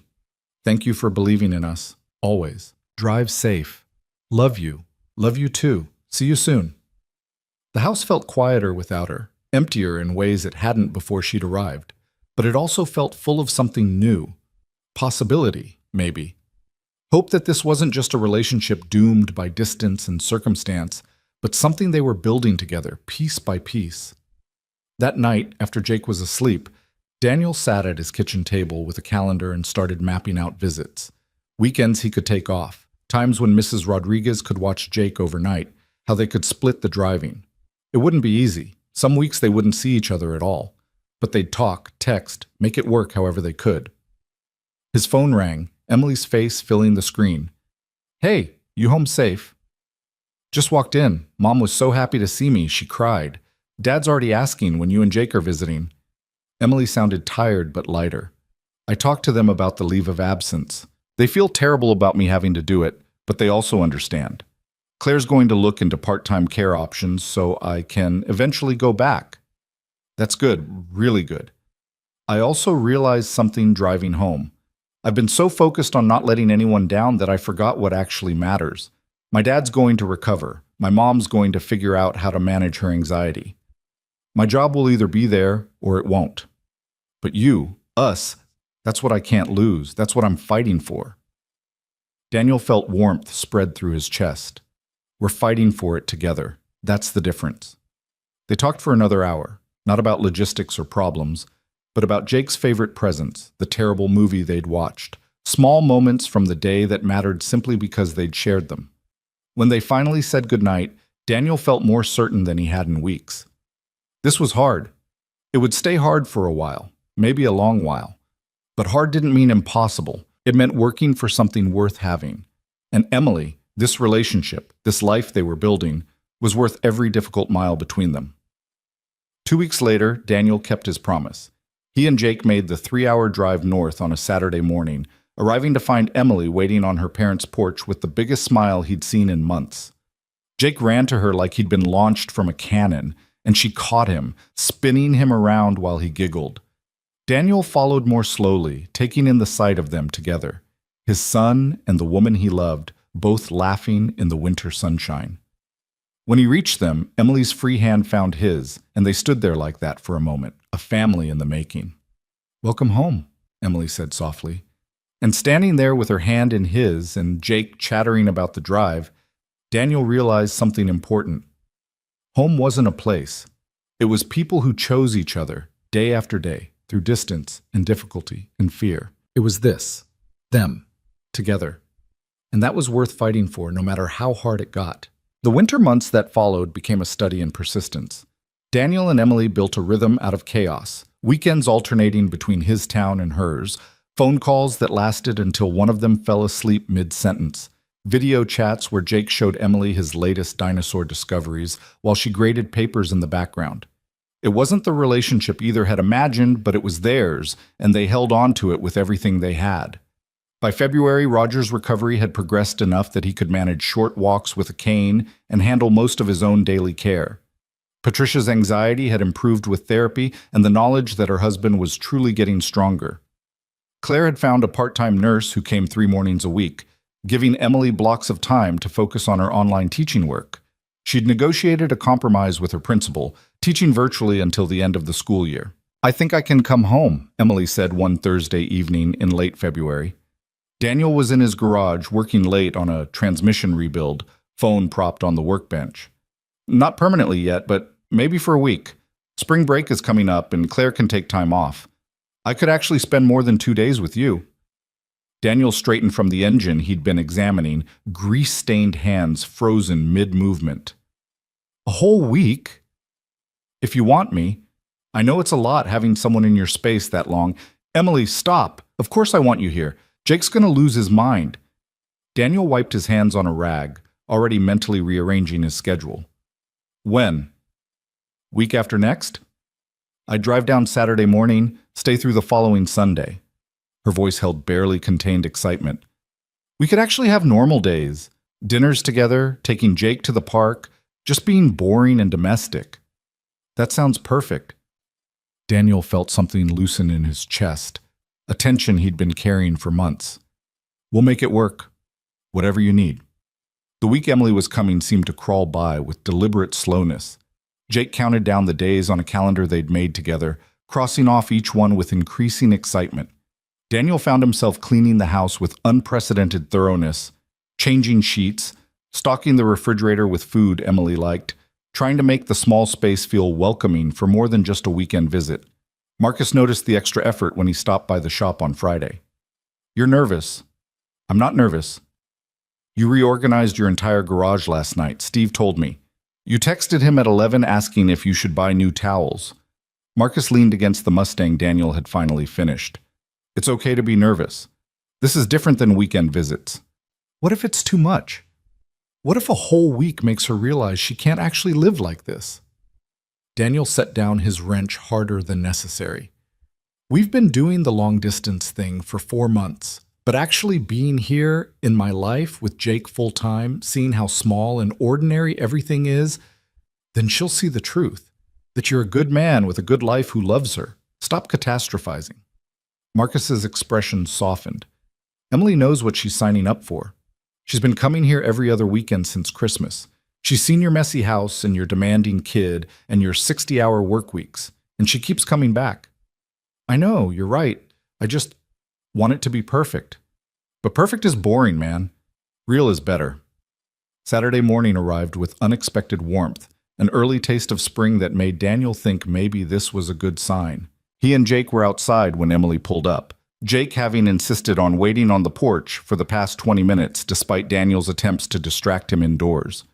Emily emerged from her car looking tired from the drive but smiling, and Jake launched himself at her with his usual enthusiasm. She caught him, staggering slightly, and Daniel was there to steady them both, his hand on Emily's back, the three of them tangled together in greeting. "Hey," Daniel said softly, close enough to see the gold flecks in Emily's brown eyes. "Hey yourself." She kissed him, quick and warm, then longer when Jake squirmed to be put down. "I missed you. You saw me last weekend. I know, still missed you." She grabbed her bag from the car while Jake ran circles around them, chattering about everything they were going to do. Is he always this energetic? This is actually calm for him. Wait until he's had sugar. They settled into the house with surprising ease. Emily knew where things were from previous visits, the guest room that had become essentially hers, the specific coffee mug she preferred, how to work the temperamental shower. But having her there for more than a fleeting weekend changed the energy of the space, made it feel fuller, more alive. That first day unfolded with comfortable domesticity. They took Jake to the park, where he immediately found other kids to play with while Daniel and Emily sat on their usual bench. Came home for lunch, made sandwiches together in the small kitchen, elbows bumping and hands brushing in ways that felt both familiar and thrilling. Spent the afternoon doing nothing special, Emily reading on the couch while Daniel taught Jake how to identify different types of wrenches in the garage, both of them covered in harmless motor oil by the time Emily came to check on them. "You're teaching him automotive repair at 4?" Emily leaned against the doorframe, amusement dancing across her face. "He asked. I'm just answering questions." Daniel looked at his son, who was attempting to organize socket wrenches by size with intense concentration. "Besides, never too early to learn useful skills." "Fair enough, but maybe warn me before he starts asking to rebuild the engine on my car." That evening, they made dinner together. Nothing fancy, just pasta and salad, but the act of cooking side by side felt significant. Jake set the table with mismatched enthusiasm, and they ate while he told Emily elaborate stories about his preschool friends, most of which probably weren't entirely accurate but were entertaining nonetheless. After dinner, Daniel did the dishes while Emily helped Jake with his bath, their voices and splashing carrying through the small house. When he finished and went to check on them, he found Emily sitting on the bathroom floor, soaked from Jake's enthusiastic water play, laughing while Jake explained why dinosaurs couldn't actually take baths because their arms were too short. "Your logic is flawless," Emily told him seriously, "but you still have to wash behind your ears." "Why?" "Because your dad will check, and if you didn't do it, you have to get back in the tub." Jake considered this, then scrubbed behind his ears with exaggerated thoroughness.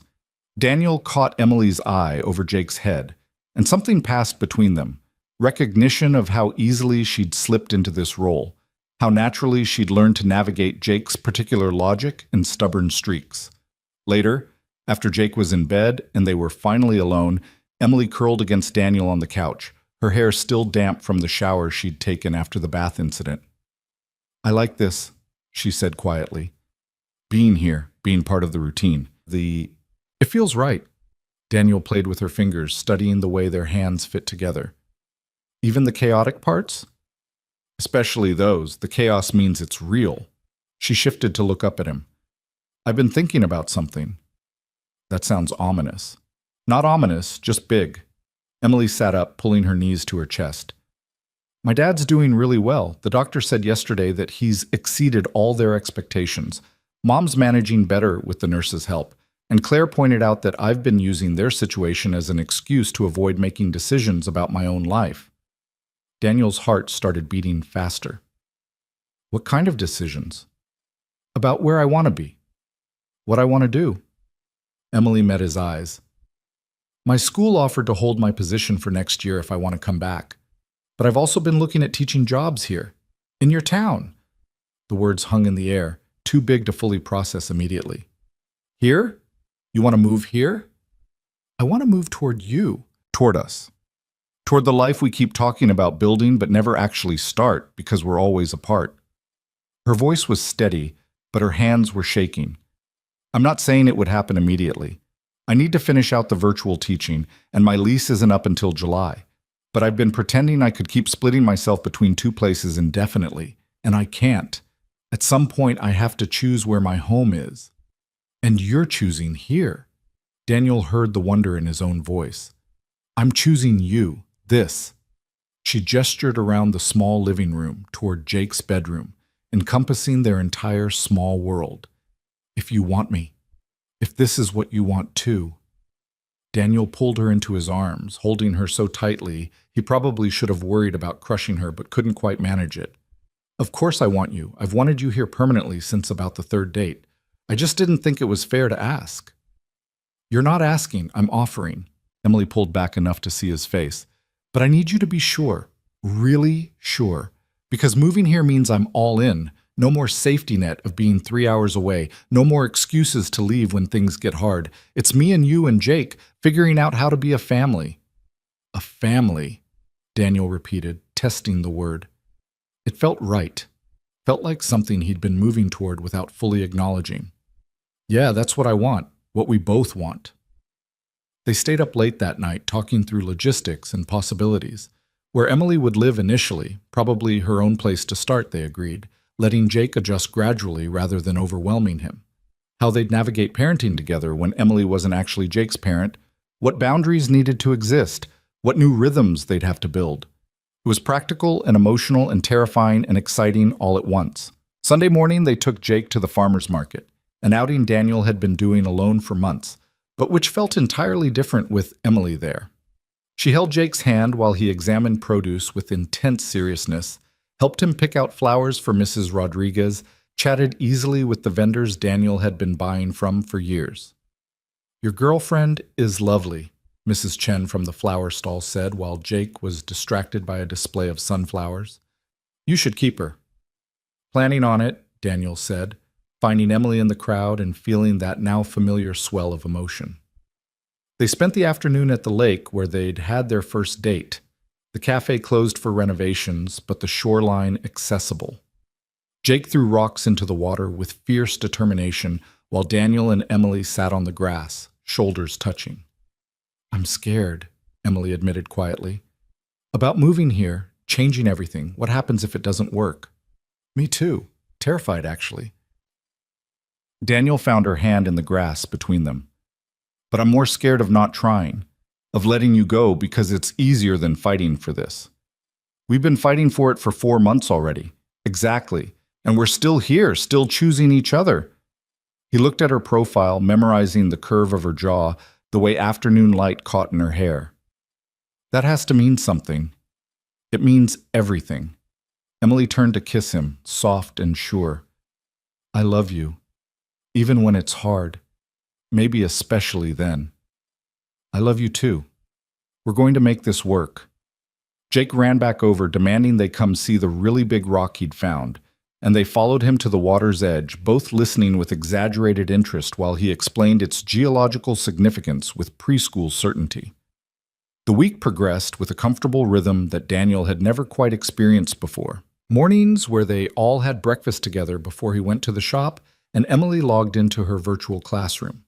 Afternoons where she'd sometimes bring her laptop to the garage and grade papers while he worked, both of them in the same space doing separate things but together nonetheless. Evenings of cooking dinner, helping Jake with various projects. The mundane routines of daily life that somehow felt profound because they were shared. Wednesday night, Daniel had to work late on an emergency repair. A teenager's car that had died on the highway, parents frantic to get it fixed before school the next day. He texted Emily around 7 that he'd be home late, and she responded immediately that she'd handle Jake's bedtime. When he finally got home after 10, exhausted and covered in more grease than usual, he found the house quiet and clean. Emily was on the couch with her laptop, red pen in hand, stacks of essays around her. "Hey," she said softly, setting aside her work. "There's dinner in the fridge. I made that chicken thing you like." Daniel felt something crack open in his chest. The simple domesticity of it, her making him dinner, taking care of Jake, being here when he came home late from work. It was everything he'd wanted and been too scared to hope for. "You didn't have to do that." "I wanted to. You've been feeding me all week. Figured I should contribute." Emily stood, stretching. "Jake went down around 8:30. He asked for you, but I read him 3 dinosaur books and he eventually crashed." "Thank you, really." Daniel wanted to hug her but was too dirty. "Let me shower, then I'll eat." "Take your time. I'll heat up the food." 20 minutes later, clean and in sweatpants, Daniel found Emily in the kitchen with a plate of chicken and vegetables steaming on the counter. She'd even opened a beer for him, condensation already forming on the bottle. "You're incredible," he said, pulling her close despite her half-hearted protests about him still being damp from the shower. "I heated up leftovers. That's hardly incredible." "It's not about the food." Daniel kissed her temple. "It's about coming home to you, to this. I could get used to it." "Good. Because you're going to have to." Emily pulled back to look at him. "I talked to my principal today, gave him my official notice that I won't be returning next year." Daniel's hands tightened on her waist. "You're sure?" "Completely. I've also been applying to schools here. Had a phone interview with the high school this afternoon, actually. They're looking for an English teacher starting in the fall." "How'd it go?" "Really well. They want me to come in for an in-person interview next week." Emily's eyes were bright with excitement and nerves. "This is really happening, Daniel. I'm really doing this." "We're really doing this," he corrected. "Together." They stayed in the kitchen talking while Daniel ate, Emily stealing bites of chicken and telling him about the interview questions, her plans for the next few months, how she'd already started looking at rental houses in town. It all felt surreal and solid at the same time, like the future they'd been carefully constructing was finally taking shape. Thursday afternoon, Daniel left the shop early to take all 3 of them to Jake's preschool spring celebration, an elaborate name for what was essentially organized chaos involving finger painting and too many cookies. Emily came as Daniel's guest, and watching her interact with Jake's teachers, with the other parents, seeing how easily she fit into this part of his life, made something settle in Daniel's chest that had been restless for months. "Your girlfriend is wonderful with children," Jake's teacher, Miss Sarah, said, watching Emily help a small girl reach the craft supplies. "Jake talks about her constantly." "Yes, she is." Daniel found Emily in the crowd again, saw her laughing at something one of the kids said. "I'm going to marry her someday." The words came out before he'd fully thought them through, but once said, Daniel realized they were absolutely true. Not now, not rushed, but someday. When the time was right. When they'd built enough foundation that forever felt possible instead of terrifying. Miss Sarah smiled knowingly. "I can see why. She's a keeper." That evening, after Jake had crashed hard from too much sugar and excitement, Daniel and Emily sat on the back porch with blankets wrapped around them, watching stars appear in the darkening sky. "I told Jake's teacher I'm going to marry you someday," Daniel said, the confession easier in darkness. Emily was quiet for a long moment. "Someday?" "Yeah. Not tomorrow, not next month. But when we've figured out how to actually live in the same place, when Jake's had time to adjust to you being around more, when it feels like the next natural step instead of something we're forcing." Daniel found her hand under the blanket. "Is that okay?" That I'm thinking that far ahead? It's more than okay. Emily's voice was thick with emotion. I've been thinking it too. Every time Jake calls me to say goodnight, every time you drive 3 hours just to spend a day with me, every time we choose this, even when it's hard, I think about how this is the person I want to build a life with. So we're on the same page. Completely on the same page. She leaned against him. But you're right that we should take our time. Make sure we get the foundation solid first. They sat in comfortable silence, wrapped in blankets and each other, until the cold drove them inside. Daniel checked on Jake one more time, a habit he couldn't break, and found Emily already in the guest room, changed into pajamas, looking at her phone. Everything okay? He asked from the doorway. Just texting my mom. She wants to know when we're all coming to visit. Emily patted the bed beside her. Come sit for a minute. Daniel sat, and Emily immediately curled against him. Your mom wants us to visit? All of us. She said, and I quote, I want to spend time with my future son-in-law and grandson. Emily laughed. I told her we weren't engaged yet, and she said yet was the operative word. Your family's very confident in us. They should be. We've survived 4 months of long-distance relationship during a family crisis. If we can handle that, we can handle anything. Daniel kissed the top of her head. I should let you sleep. Early morning tomorrow. Stay a little longer? Emily's voice was small. I know you have boundaries about Jake seeing us together too much, and that's good. But we have 3 more nights, and then I'm back to being 3 hours away for another 2 weeks. I just want a few more minutes. So Daniel stayed, both of them fully clothed on top of the covers, talking quietly about nothing important until Emily's breathing evened out, and he realized she'd fallen asleep. He stayed a few minutes longer, just watching her, thinking about how this woman had appeared in his life when he'd been sure love was something that happened to other people. How she'd been patient with his fears, persistent through distance, willing to uproot her entire life to build something new with him. Finally, carefully, he extracted himself and headed to his own room. Sleep came easily, his last thought before drifting off that tomorrow Emily would still be here. And the day after. And the day after that. By the time Sunday arrived, Emily's last day before driving back north, Daniel found himself fighting the familiar dread of goodbye. But this time it felt different. Less like an ending and more like a pause before something bigger began. They spent the morning at the park one last time, Jake playing with new friends while Daniel and Emily sat close, hands linked, not talking much because they'd said everything that needed saying during the week. 2 more months, Emily said finally. Then I'm here for good. 2 months isn't that long. It feels like forever. She rested her head on his shoulder. But we've done 4 months already. We can do 2 more. That afternoon they made cookies with Jake, the kitchen becoming a disaster of flour and chocolate chips.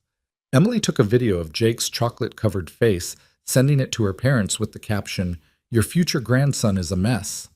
Patricia responded within minutes with a string of heart emojis and a demand for more visits. Evening came too quickly. Emily packed while Jake helped, which mostly meant slowing down the process by asking questions about every item she put in her bag. When her car was loaded and it was time to actually leave, Jake threw his arms around her waist and refused to let go. I don't want you to leave, he said, muffled against her stomach.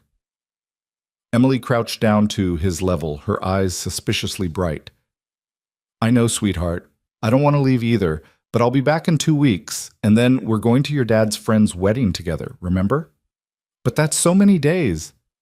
I know, but we can video chat before bed every night, and I'll send you pictures of anything cool I see. Deal? Jake considered this, then nodded solemnly. Deal, but you have to come back. I promise. Emily hugged him tight.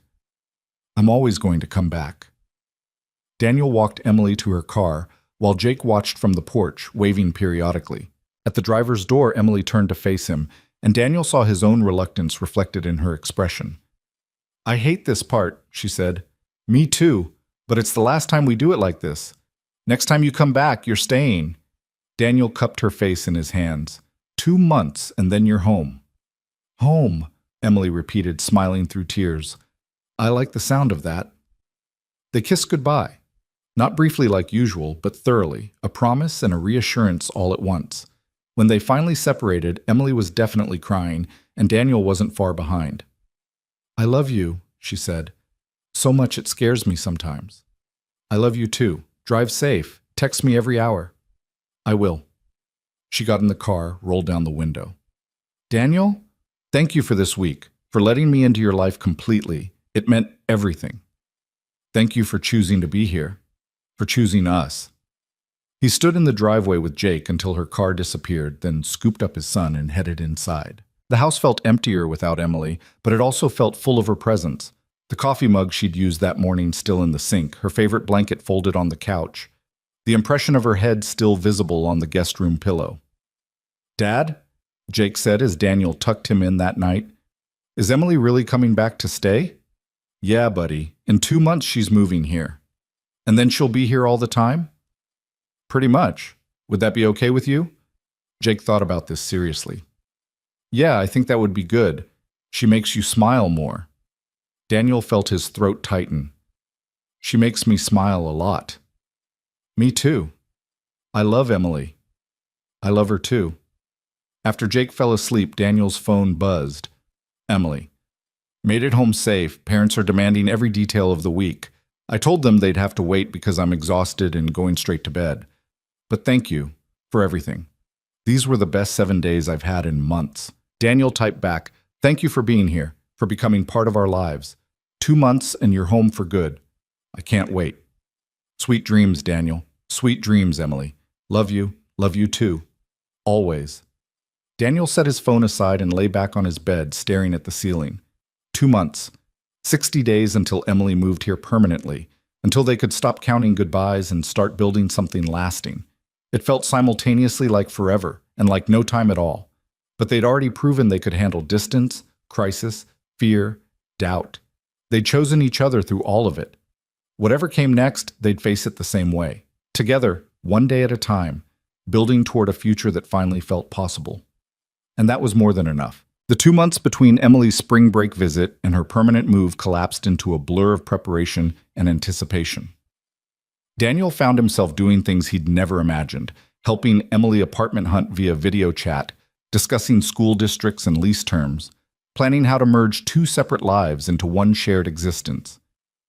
Jake made countdown chains out of construction paper, ripping off 1 link each morning and announcing how many days remained until Emily came home for good. 17 more days, he'd shout at breakfast, waving the torn paper like a victory flag. I can count, buddy, Daniel would say, but he felt the same excitement thrumming under his skin. 17 days until everything changed.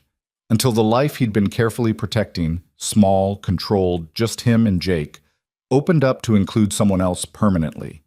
The prospect terrified and thrilled him in equal measure. Emily got the teaching job at the high school, starting in the fall. She found a small house to rent 3 blocks from Daniel's place, close enough to be part of their daily lives, but separate enough to give everyone space to adjust. Her lease started July 1st, but she was moving her things in stages, driving down every other weekend with her car packed full of books, clothes, kitchen supplies, all the accumulated pieces of a life being transplanted. I can't believe I'm actually doing this, she said during one of their nightly phone calls in mid-June. Daniel could hear the nerves threading through her voice. I gave up my apartment, quit my job, left my parents and sister. What if I'm making a huge mistake? Are you having second thoughts? Daniel kept his voice calm despite the spike of fear in his chest. No. Maybe. I don't know. Emily sighed. I want this, Daniel. I want to be there with you and Jake, build a life together, but I'm also scared out of my mind. What if I can't adjust? What if Jake resents me being around all the time? What if we realize we work better with distance than we do living in the same town? Then we figure it out, together. Daniel shifted his phone to his other ear, wishing he could hold her instead of just hearing her voice. You're allowed to be scared, Emily. This is huge. But you're not doing it alone. We're in this together, remember? I know, I just needed to hear you say it. She was quiet for a moment. My mom cried today when I was packing. Not sad crying, she said. Happy crying because I'm choosing my own life instead of just taking care of everyone else. But it still made me feel guilty. Your mom's right, though. You deserve to build your own life. That doesn't mean you're abandoning them. Claire said the same thing. She also said if you hurt me, she'll drive down there and make you regret it. Emily laughed softly. I told her you're more scared than I am, so she should probably save her threats for someone who needs them. I am scared. Terrified, actually, but I'm also ready. Daniel looked at the calendar on his kitchen wall. Emily's move-in date circled in red marker. 10 more days, Em. Then you're home. Home, she echoed. Yeah, I like that. The final week before Emily's move, Daniel threw himself into preparation with an intensity that made Marcus laugh at him. He repainted the guest room in her house. She'd asked him to, wanting it done before her furniture arrived. Installed new shelves in her kitchen, fixed a leaky faucet, made sure everything was perfect for her arrival. You know she's not going to care if the paint job is flawless, right? Marcus said, watching Daniel touch up trim work for the third time. She's moving here to be with you, not to inspect your carpentry skills. I just want everything to be right. She's giving up a lot to be here, and you're giving her a reason to stay. Stop stressing. Marcus handed him a beer, ignoring Daniel's protest about still working. Seriously, man, relax. Emily loves you. Jake loves her. You're building something good here. Trust that. Daniel took the beer, setting down his paintbrush. What if I'm not enough? I'm a mechanic who barely finished community college. She has a master's degree, could have taught anywhere. She chose here, chose me. And what if... Stop. Marcus's voice was firm. You're doing that thing where you decide you're not good enough and try to sabotage yourself before anyone else can hurt you. Emily sees you, Danny, really sees you, and she chose you anyway. That's not something to question, it's something to be grateful for. The words settled something in Daniel's chest. Marcus was right. Emily had seen him at his worst, exhausted, scared, covered in grease, struggling to juggle work and parenting and a relationship. She'd seen all of it and kept choosing him. That had to mean something. When did you get so wise? Daniel asked. I've always been wise. You just never listened before. Marcus clinked his beer against Daniel's. Now finish this room so we can grab dinner. You're buying. Move-in day arrived with perfect July weather. Sunny, but not too hot. A light breeze that made everything feel fresh and full of promise. Emily was driving down with the last of her belongings, a rental truck following with furniture her parents had insisted she take. Claire was coming too, wanting to help her sister settle in, and Daniel suspected to assess him one more time in person. Jake was vibrating with excitement, asking every 5 minutes when Emily would arrive, despite Daniel telling him repeatedly that it would be at least another hour. Can I give her the picture I made, Chum? Jake asked, holding up a crayon drawing of 3 stick figures labeled Dad, Emily, and Jake, standing in front of a house. She's gonna love it. Daniel straightened the drawing, his throat tightening at the simple family portrait. Want to help me make sure her house is ready? They walked the 3 blocks to Emily's rental, Jake running ahead and then circling back, too energized to walk at a normal pace. The house looked good, small but charming, with a front porch and a yard that needed work, but had potential. Daniel had been there a dozen times in the past week, making sure everything functioned properly, but he checked again anyway. Lights worked, water ran, heat and air conditioning both functional, everything ready for Emily to make it home. His phone buzzed. Emily. 20 minutes out. I can't believe this is really happening, Daniel typed back. Believe it. We're ready for you. Is Jake excited? He's been bouncing off walls since 6 this morning. Pretty sure he's going to tackle you when you get here. I can handle it. See you soon. Love you. Love you too. They waited on Emily's front porch, Jake unable to sit still, Daniel feeling his own anticipation build with each passing minute. When the rental truck finally turned onto the street, Jake let out a whoop and ran toward it before Daniel could stop him. Emily's car pulled up behind the truck, and she was barely out of the driver's seat before Jake launched himself at her. She caught him with a laugh, spinning him around while he chattered excitedly about how long he'd been waiting and how he made her a picture and how her house was ready. Daniel approached more slowly, giving them their moment, but his eyes were locked on Emily. She looked tired from the drive, but radiant, her smile so bright it made his chest ache. Hey, she said when Jake finally released her, stepping into Daniel's arms like she'd been gone months instead of 2 weeks. Hey yourself, welcome home. He kissed her, aware of Jake making exaggerated gagging sounds beside them, but not caring. How was the drive? Long, but worth it. Emily pulled back to look at him. I'm really here. I'm really staying. Yeah, you are. Daniel tucked hair behind her ear. Ready for this? Absolutely terrified and completely ready. She turned as Claire emerged from the truck, looking tired and assessing in equal measure. Claire survived 6 hours in a truck with all my stuff. She deserves a medal. Claire hugged her sister, then turned that evaluating gaze on Daniel. So, you're the reason I just drove 6 hours with a truck full of furniture. Guilty. Daniel extended his hand. Thanks for helping her move. I know it's not easy letting her go. It's not. But she's happy, and that's what matters. Claire shook his hand firmly. Just keep making her happy, and we won't have problems. I plan to. The rest of the day dissolved into controlled chaos. Marcus and Steve showed up to help unload the truck, along with Mrs. Rodriguez and several neighbors who'd heard through the small-town grapevine that the new teacher was moving in. Boxes were carried, furniture arranged and rearranged, debates held about where things should go.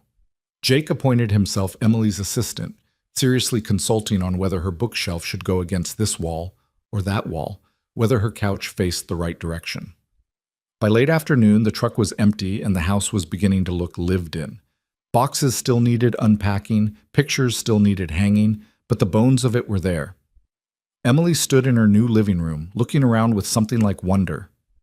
This is mine, she said quietly. My house, in the town where you live, where we're building a life together. Daniel came up behind her, wrapping his arms around her waist. How does it feel? Surreal, scary, right. She leaned back against him. Really, really right. Claire left after dinner, hugging Emily for a long time and whispering something Daniel couldn't hear that made Emily nod and wipe her eyes. Then she surprised Daniel by hugging him too. Take care of her, Claire said, or I'll make the 6-hour drive to kick your ass. Understood. Good. She softened slightly. She loves you, you know, more than I've ever seen her love anyone. Don't waste that. I won't. I promise. After Claire left, after Marcus and Steve and the neighbors dispersed, it was just Daniel, Emily, and Jake sitting on Emily's front porch in the fading summer light. Jake was finally quiet, worn out from excitement and activity, leaning against Emily's side while she ran her fingers through his hair absently. I should probably get him home, Daniel said. Bath and bed before he crashes completely. Will you come back? Emily asked. After he's asleep? I know it's late, but I don't want to spend my first night here alone. Of course. Give me an hour. Jake protested the departure, but was asleep before they made it home. Daniel carried him inside, got him cleaned up and into pajamas through sheer muscle memory, tucked him in with his favorite dinosaur. Then he stood in the doorway of Jake's room, looking at his sleeping son, thinking about how much their lives had changed in the past year. A year ago, it had been just the two of them. Daniel had been certain that was all he needed, all he could handle. The idea of letting someone else into their carefully constructed world had seemed impossible, terrifying, doomed to fail. But Emily had slipped past every defense he'd built, had proven that love didn't have to mean losing control, that opening his heart didn't guarantee it would be broken. She'd shown up again and again through distance and difficulty and doubt. And now she was here, 3 blocks away, waiting for him. Mrs. Rodriguez was happy to come sit with Jake, waving off Daniel's thanks with the assertion that she had nothing better to do on a Saturday night anyway. Daniel walked to Emily's house through the warm summer evening, cicadas singing, porch lights glowing on houses where families were settling in for the night. Emily's porch light was on, and she was waiting on the steps, 2 glasses of wine in hand. Thought we could celebrate, she said, handing him a glass as he sat beside her. My first night as an official resident. To new beginnings, Daniel said, clinking his glass against hers. To choosing each other. Every day. Emily took a sip, then set her glass down. I need to tell you something. Daniel's stomach dropped. That sounds ominous. Not ominous, just honest. She turned to face him fully. I'm scared, Daniel, really scared. I moved my entire life here for you, for us, and part of me is terrified I made a mistake. Not because I don't love you. I do. So much it sometimes feels like I can't breathe. but because I don't know how to do this, how to be a partner and a parental figure and myself all at once. You think I know how to do this? Daniel set his own glass down, taking her hands. Em, I've been a single parent for 4 years. I have no idea how to share that with someone. How to let someone else in on decisions about Jake. How to balance being his father with being your partner. I'm terrified too. So what do? We figure it out together. Make mistakes, apologize, try again. That's what we've been doing all along, right? Just now we get to do it in the same place instead of 3 hours apart. Emily laughed, the sound watery but genuine.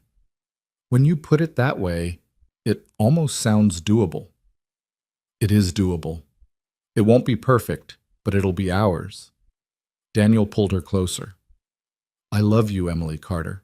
I love that you're brave enough to be scared and do this anyway. I love that you moved here, that you chose us, that you're willing to figure out this messy, complicated, beautiful thing with me. I love you too. She kissed him, soft and sure. Let's make this work. They sat on the porch until the wine was gone and the stars were out, talking about everything and nothing. About Emily's first day at the new school, about how they'd navigate Jake's routines, about weekend plans and future possibilities. It was ordinary and extraordinary all at once. The following week settled into a new rhythm that felt both strange and natural. Emily would come over for dinner most nights, sometimes cooking with Daniel, sometimes bringing takeout when they were both too tired. Jake adjusted to her presence with surprising ease, asking her opinions on everything from which dinosaur was fastest to whether his drawing looked more like a T-Rex or an Allosaurus. I think it looks exactly like what you wanted it to look like, Emily would say diplomatically, and Jake would beam like she'd given him the highest praise. Boundaries emerged organically. Emily didn't discipline Jake, that was Daniel's territory, but she could redirect him gently when needed. She attended his preschool graduation in June, sitting beside Daniel and Mrs. Rodriguez, cheering when Jake received his little certificate. She came to the shop sometimes during her lunch break, bringing Daniel food he'd forgotten to pack, content to sit on a stool and watch him work while they talked. You really love this, she observed one afternoon, watching him diagnose an electrical problem that had stumped 2 other mechanics. It's like solving a puzzle. Everything has a reason, a cause, and effect. You just have to find it. Daniel tested another connection, satisfied when the light flickered. There, loose ground wire. See? Mystery solving, I told you. By August, as Emily prepared for her first day at the new school, the strangeness had worn off. Having her in town felt normal, felt right. Jake would run to her house after preschool pickup sometimes, with Daniel's permission, and she'd give him a snack while they waited for Daniel to finish work. They'd have family dinners, all 3 of them cooking together in Daniel's small kitchen, Jake standing on a stool to help stir sauce or tear lettuce. One evening in late August, after Jake was in bed and Emily was helping Daniel clean up from dinner, she paused in the middle of drying a dish. I was thinking, she said carefully, maybe Jake could start calling me Emily instead of Miss Carter. It feels weird having him use my teacher name when we're all eating breakfast together. Daniel looked at her, understanding what she was really asking. Permission to be more integrated into Jake's life, to be something beyond his dad's girlfriend. What do you want him to call you? Just Emily. I'm not trying to replace his mother. You couldn't if you tried. Rachel was never really his mother in any meaningful way. Daniel took the dish from her hands. Emily is perfect. It's who you are to him. She smiled, relief evident. Okay, good. I just wanted to check. I appreciate that, but Em, you don't have to ask permission for everything. You're part of this family, part of our lives. I trust your judgment with Jake. Even when I let him have ice cream before dinner last week? Okay, maybe not that judgment, but mostly I trust you. Daniel pulled her close, and she came willingly, fitting against him like she'd been designed for exactly this spot. Thank you for being patient with all of this, for understanding that I'm figuring it out as I go. We both are. That's the whole point. She looked up at him. I love you. I love Jake. I love this life we're building, even when it's messy and complicated and nothing like I imagined. Better than you imagined? So much better. She kissed him, and Daniel felt that familiar warmth spread through his chest. The certainty that this was right, that Emily being here was exactly what all three of them needed. September brought Emily's first day at the high school, and she was a bundle of nerves despite having taught for years. Daniel made her coffee, packed her lunch, and gave her a pep talk that made her laugh despite her anxiety. "You're going to be amazing," he said, kissing her at the door. "Those kids are lucky to have you." "Call me if you need anything," she said, then caught herself. "Sorry, force of habit from when I was 3 hours away." "I know where to find you, 3 blocks that way," Daniel pointed. "Now go teach some teenagers about Shakespeare." She texted him throughout the day with updates, small victories, and funny moments. By the time she showed up at his house that evening, exhausted but smiling, Daniel knew she'd found her place here. Jake insisted on hearing every detail about her first day, asking questions with genuine interest while they ate dinner.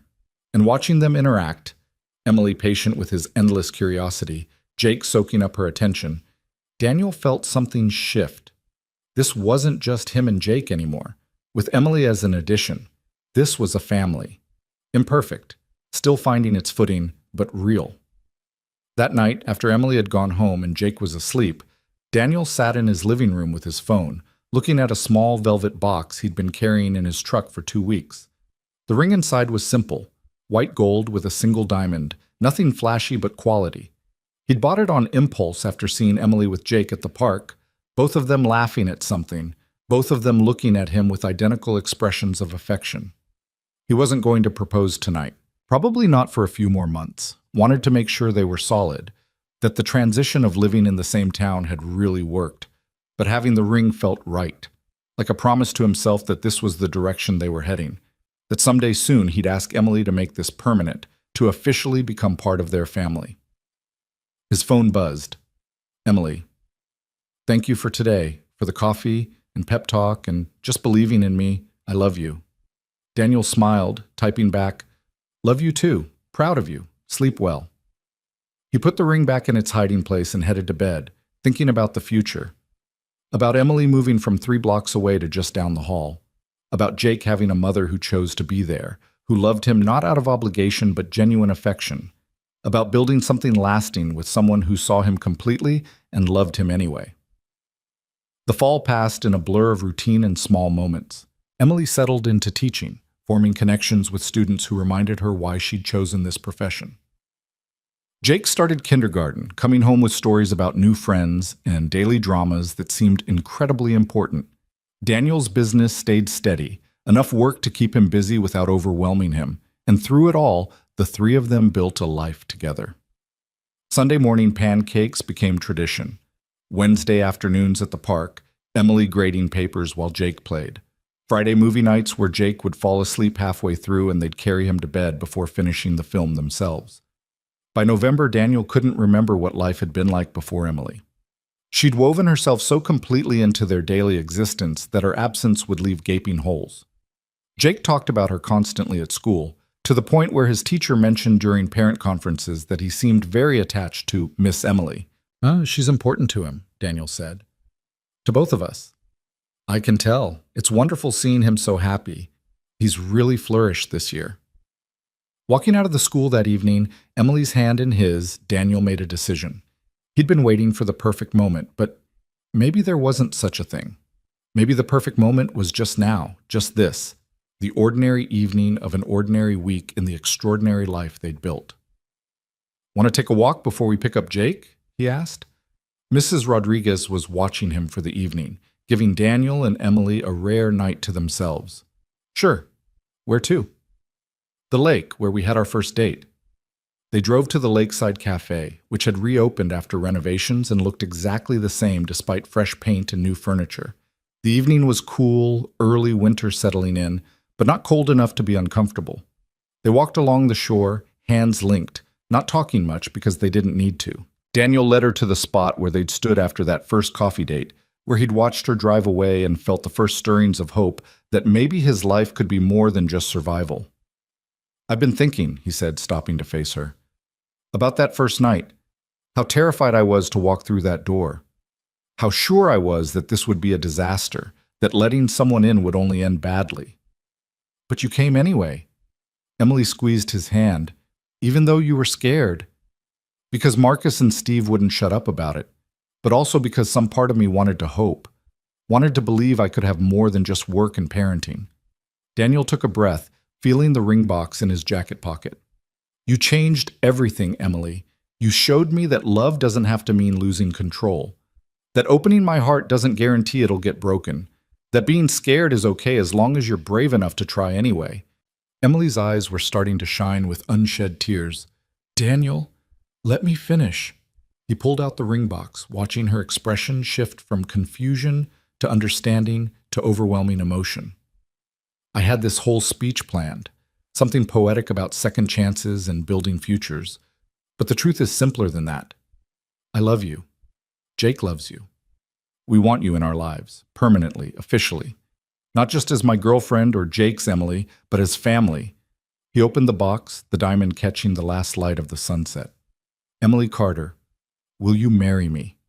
Will you take on a mechanic who works too much, and a 5-year-old who asks too many questions, and a life that's never going to be simple or easy, but will always be real?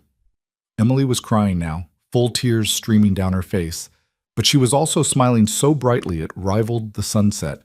Yes, yes, of course, yes. Daniel slipped the ring onto her finger with shaking hands, then pulled her into a kiss that tasted like tears and laughter and promise. When they finally separated, both breathing hard, Emily held up her hand to look at the ring in the fading light. It's perfect, she said. You're perfect. This is perfect. We're a lot of things, but perfect isn't one of them. Perfect for each other, then. How's that? That I can agree with. Daniel kissed her again, softer this time. Ready to go tell Jake he's getting a stepmom? Is he going to be okay with this? We never really talked about... He's been asking when you're going to move in with us for 3 months. I think he'll be thrilled. Daniel took her hand, the one with the ring, and started walking back toward the car. Come on, let's go tell our son the good news. Jake was, predictably, over the moon. When they told him that Emily was going to marry Daniel and officially become part of their family, he whooped and ran around the living room before tackling Emily in a hug that nearly knocked her over. Does this mean you'll live here? He asked, bouncing with excitement. Emily looked at Daniel, question in her eyes. They hadn't discussed logistics, had been taking things slow with her maintaining her own place. But Daniel found himself nodding. If she wants to, if you want to, he added, looking at Emily. I want to, she said, more than anything.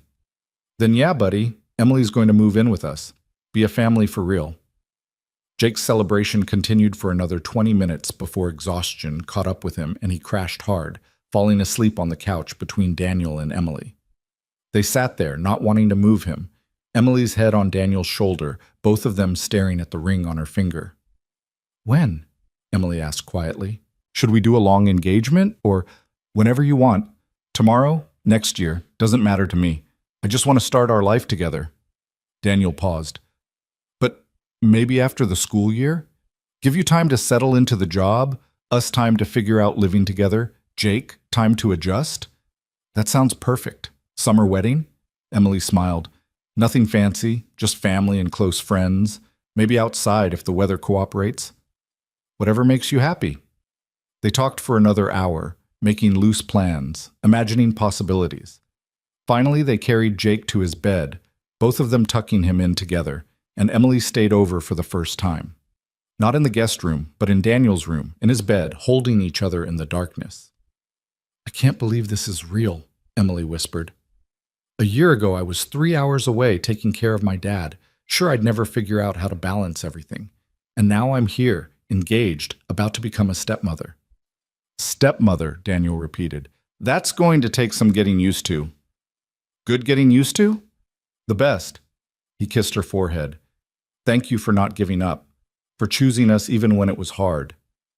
Thank you for letting me, for trusting me with Jake, with your heart. Emily was quiet for a moment. I know I'm not his biological mother. I know I can't replace the mother he should have had, but I promise I'll love him like he's mine. I already do. I know. He knows too. Daniel tightened his arms around her. You're exactly what we both needed, what we didn't even know we were looking for. The months between the engagement and the wedding passed quickly. Emily moved into Daniel's house officially in January. Her rental returned to the landlord with thanks. They merged their lives in the small space. Emily's books on Daniel's shelves, her coffee maker on his counter, her presence in every room making the house feel more like a home than it ever had. Jake adjusted beautifully, thrilled to have Emily around all the time. They established new routines together, Emily helping with homework while Daniel made dinner, all three of them cleaning up together afterward. Weekend mornings where they'd make elaborate breakfasts and eat too much. There were adjustments, certainly. Arguments about parenting styles, about whose turn it was to handle discipline, about balancing work and family and personal time. But they talked through each conflict, learning how to communicate, how to compromise, how to be partners in every sense of the word. The wedding was scheduled for late June, after Emily's first school year ended. They kept it simple, just as they'd planned. A ceremony in the park where they'd spent so many afternoons, a reception at the VFW hall that Steve helped them book. Emily's parents and Claire made the trip down, Roger looking healthier than he had in over a year. Marcus stood as Daniel's best man, making a speech that had everyone laughing and crying in equal measure. But the best moment, the one Daniel would remember forever, was watching Jake walk Emily down the aisle. They'd asked him together if he wanted to, and his eyes had gone wide with importance and pride. "I get to give her to you?" he'd asked. "We're all giving ourselves to each other," Emily had explained, "becoming a family together." So Jake walked beside Emily in his little suit, serious and careful, and when they reached Daniel at the makeshift altar, Jake took Emily's hand and placed it in Daniel's with solemn ceremony. "Take care of her, Dad," he whispered loudly enough for half the guests to hear. "I will, buddy. We'll take care of each other." The ceremony was short, personal, filled with promises they'd already been keeping for months. When the officiant pronounced them married and Daniel kissed Emily while their friends and family cheered, Jake squeezed between them for a family hug that made everyone laugh. The reception was exactly what they'd wanted, casual, joyful, full of people who'd supported them through the past year and a half. They danced under string lights as the summer evening cooled, Jake alternating between tearing around with the other kids and demanding dances with both Daniel and Emily.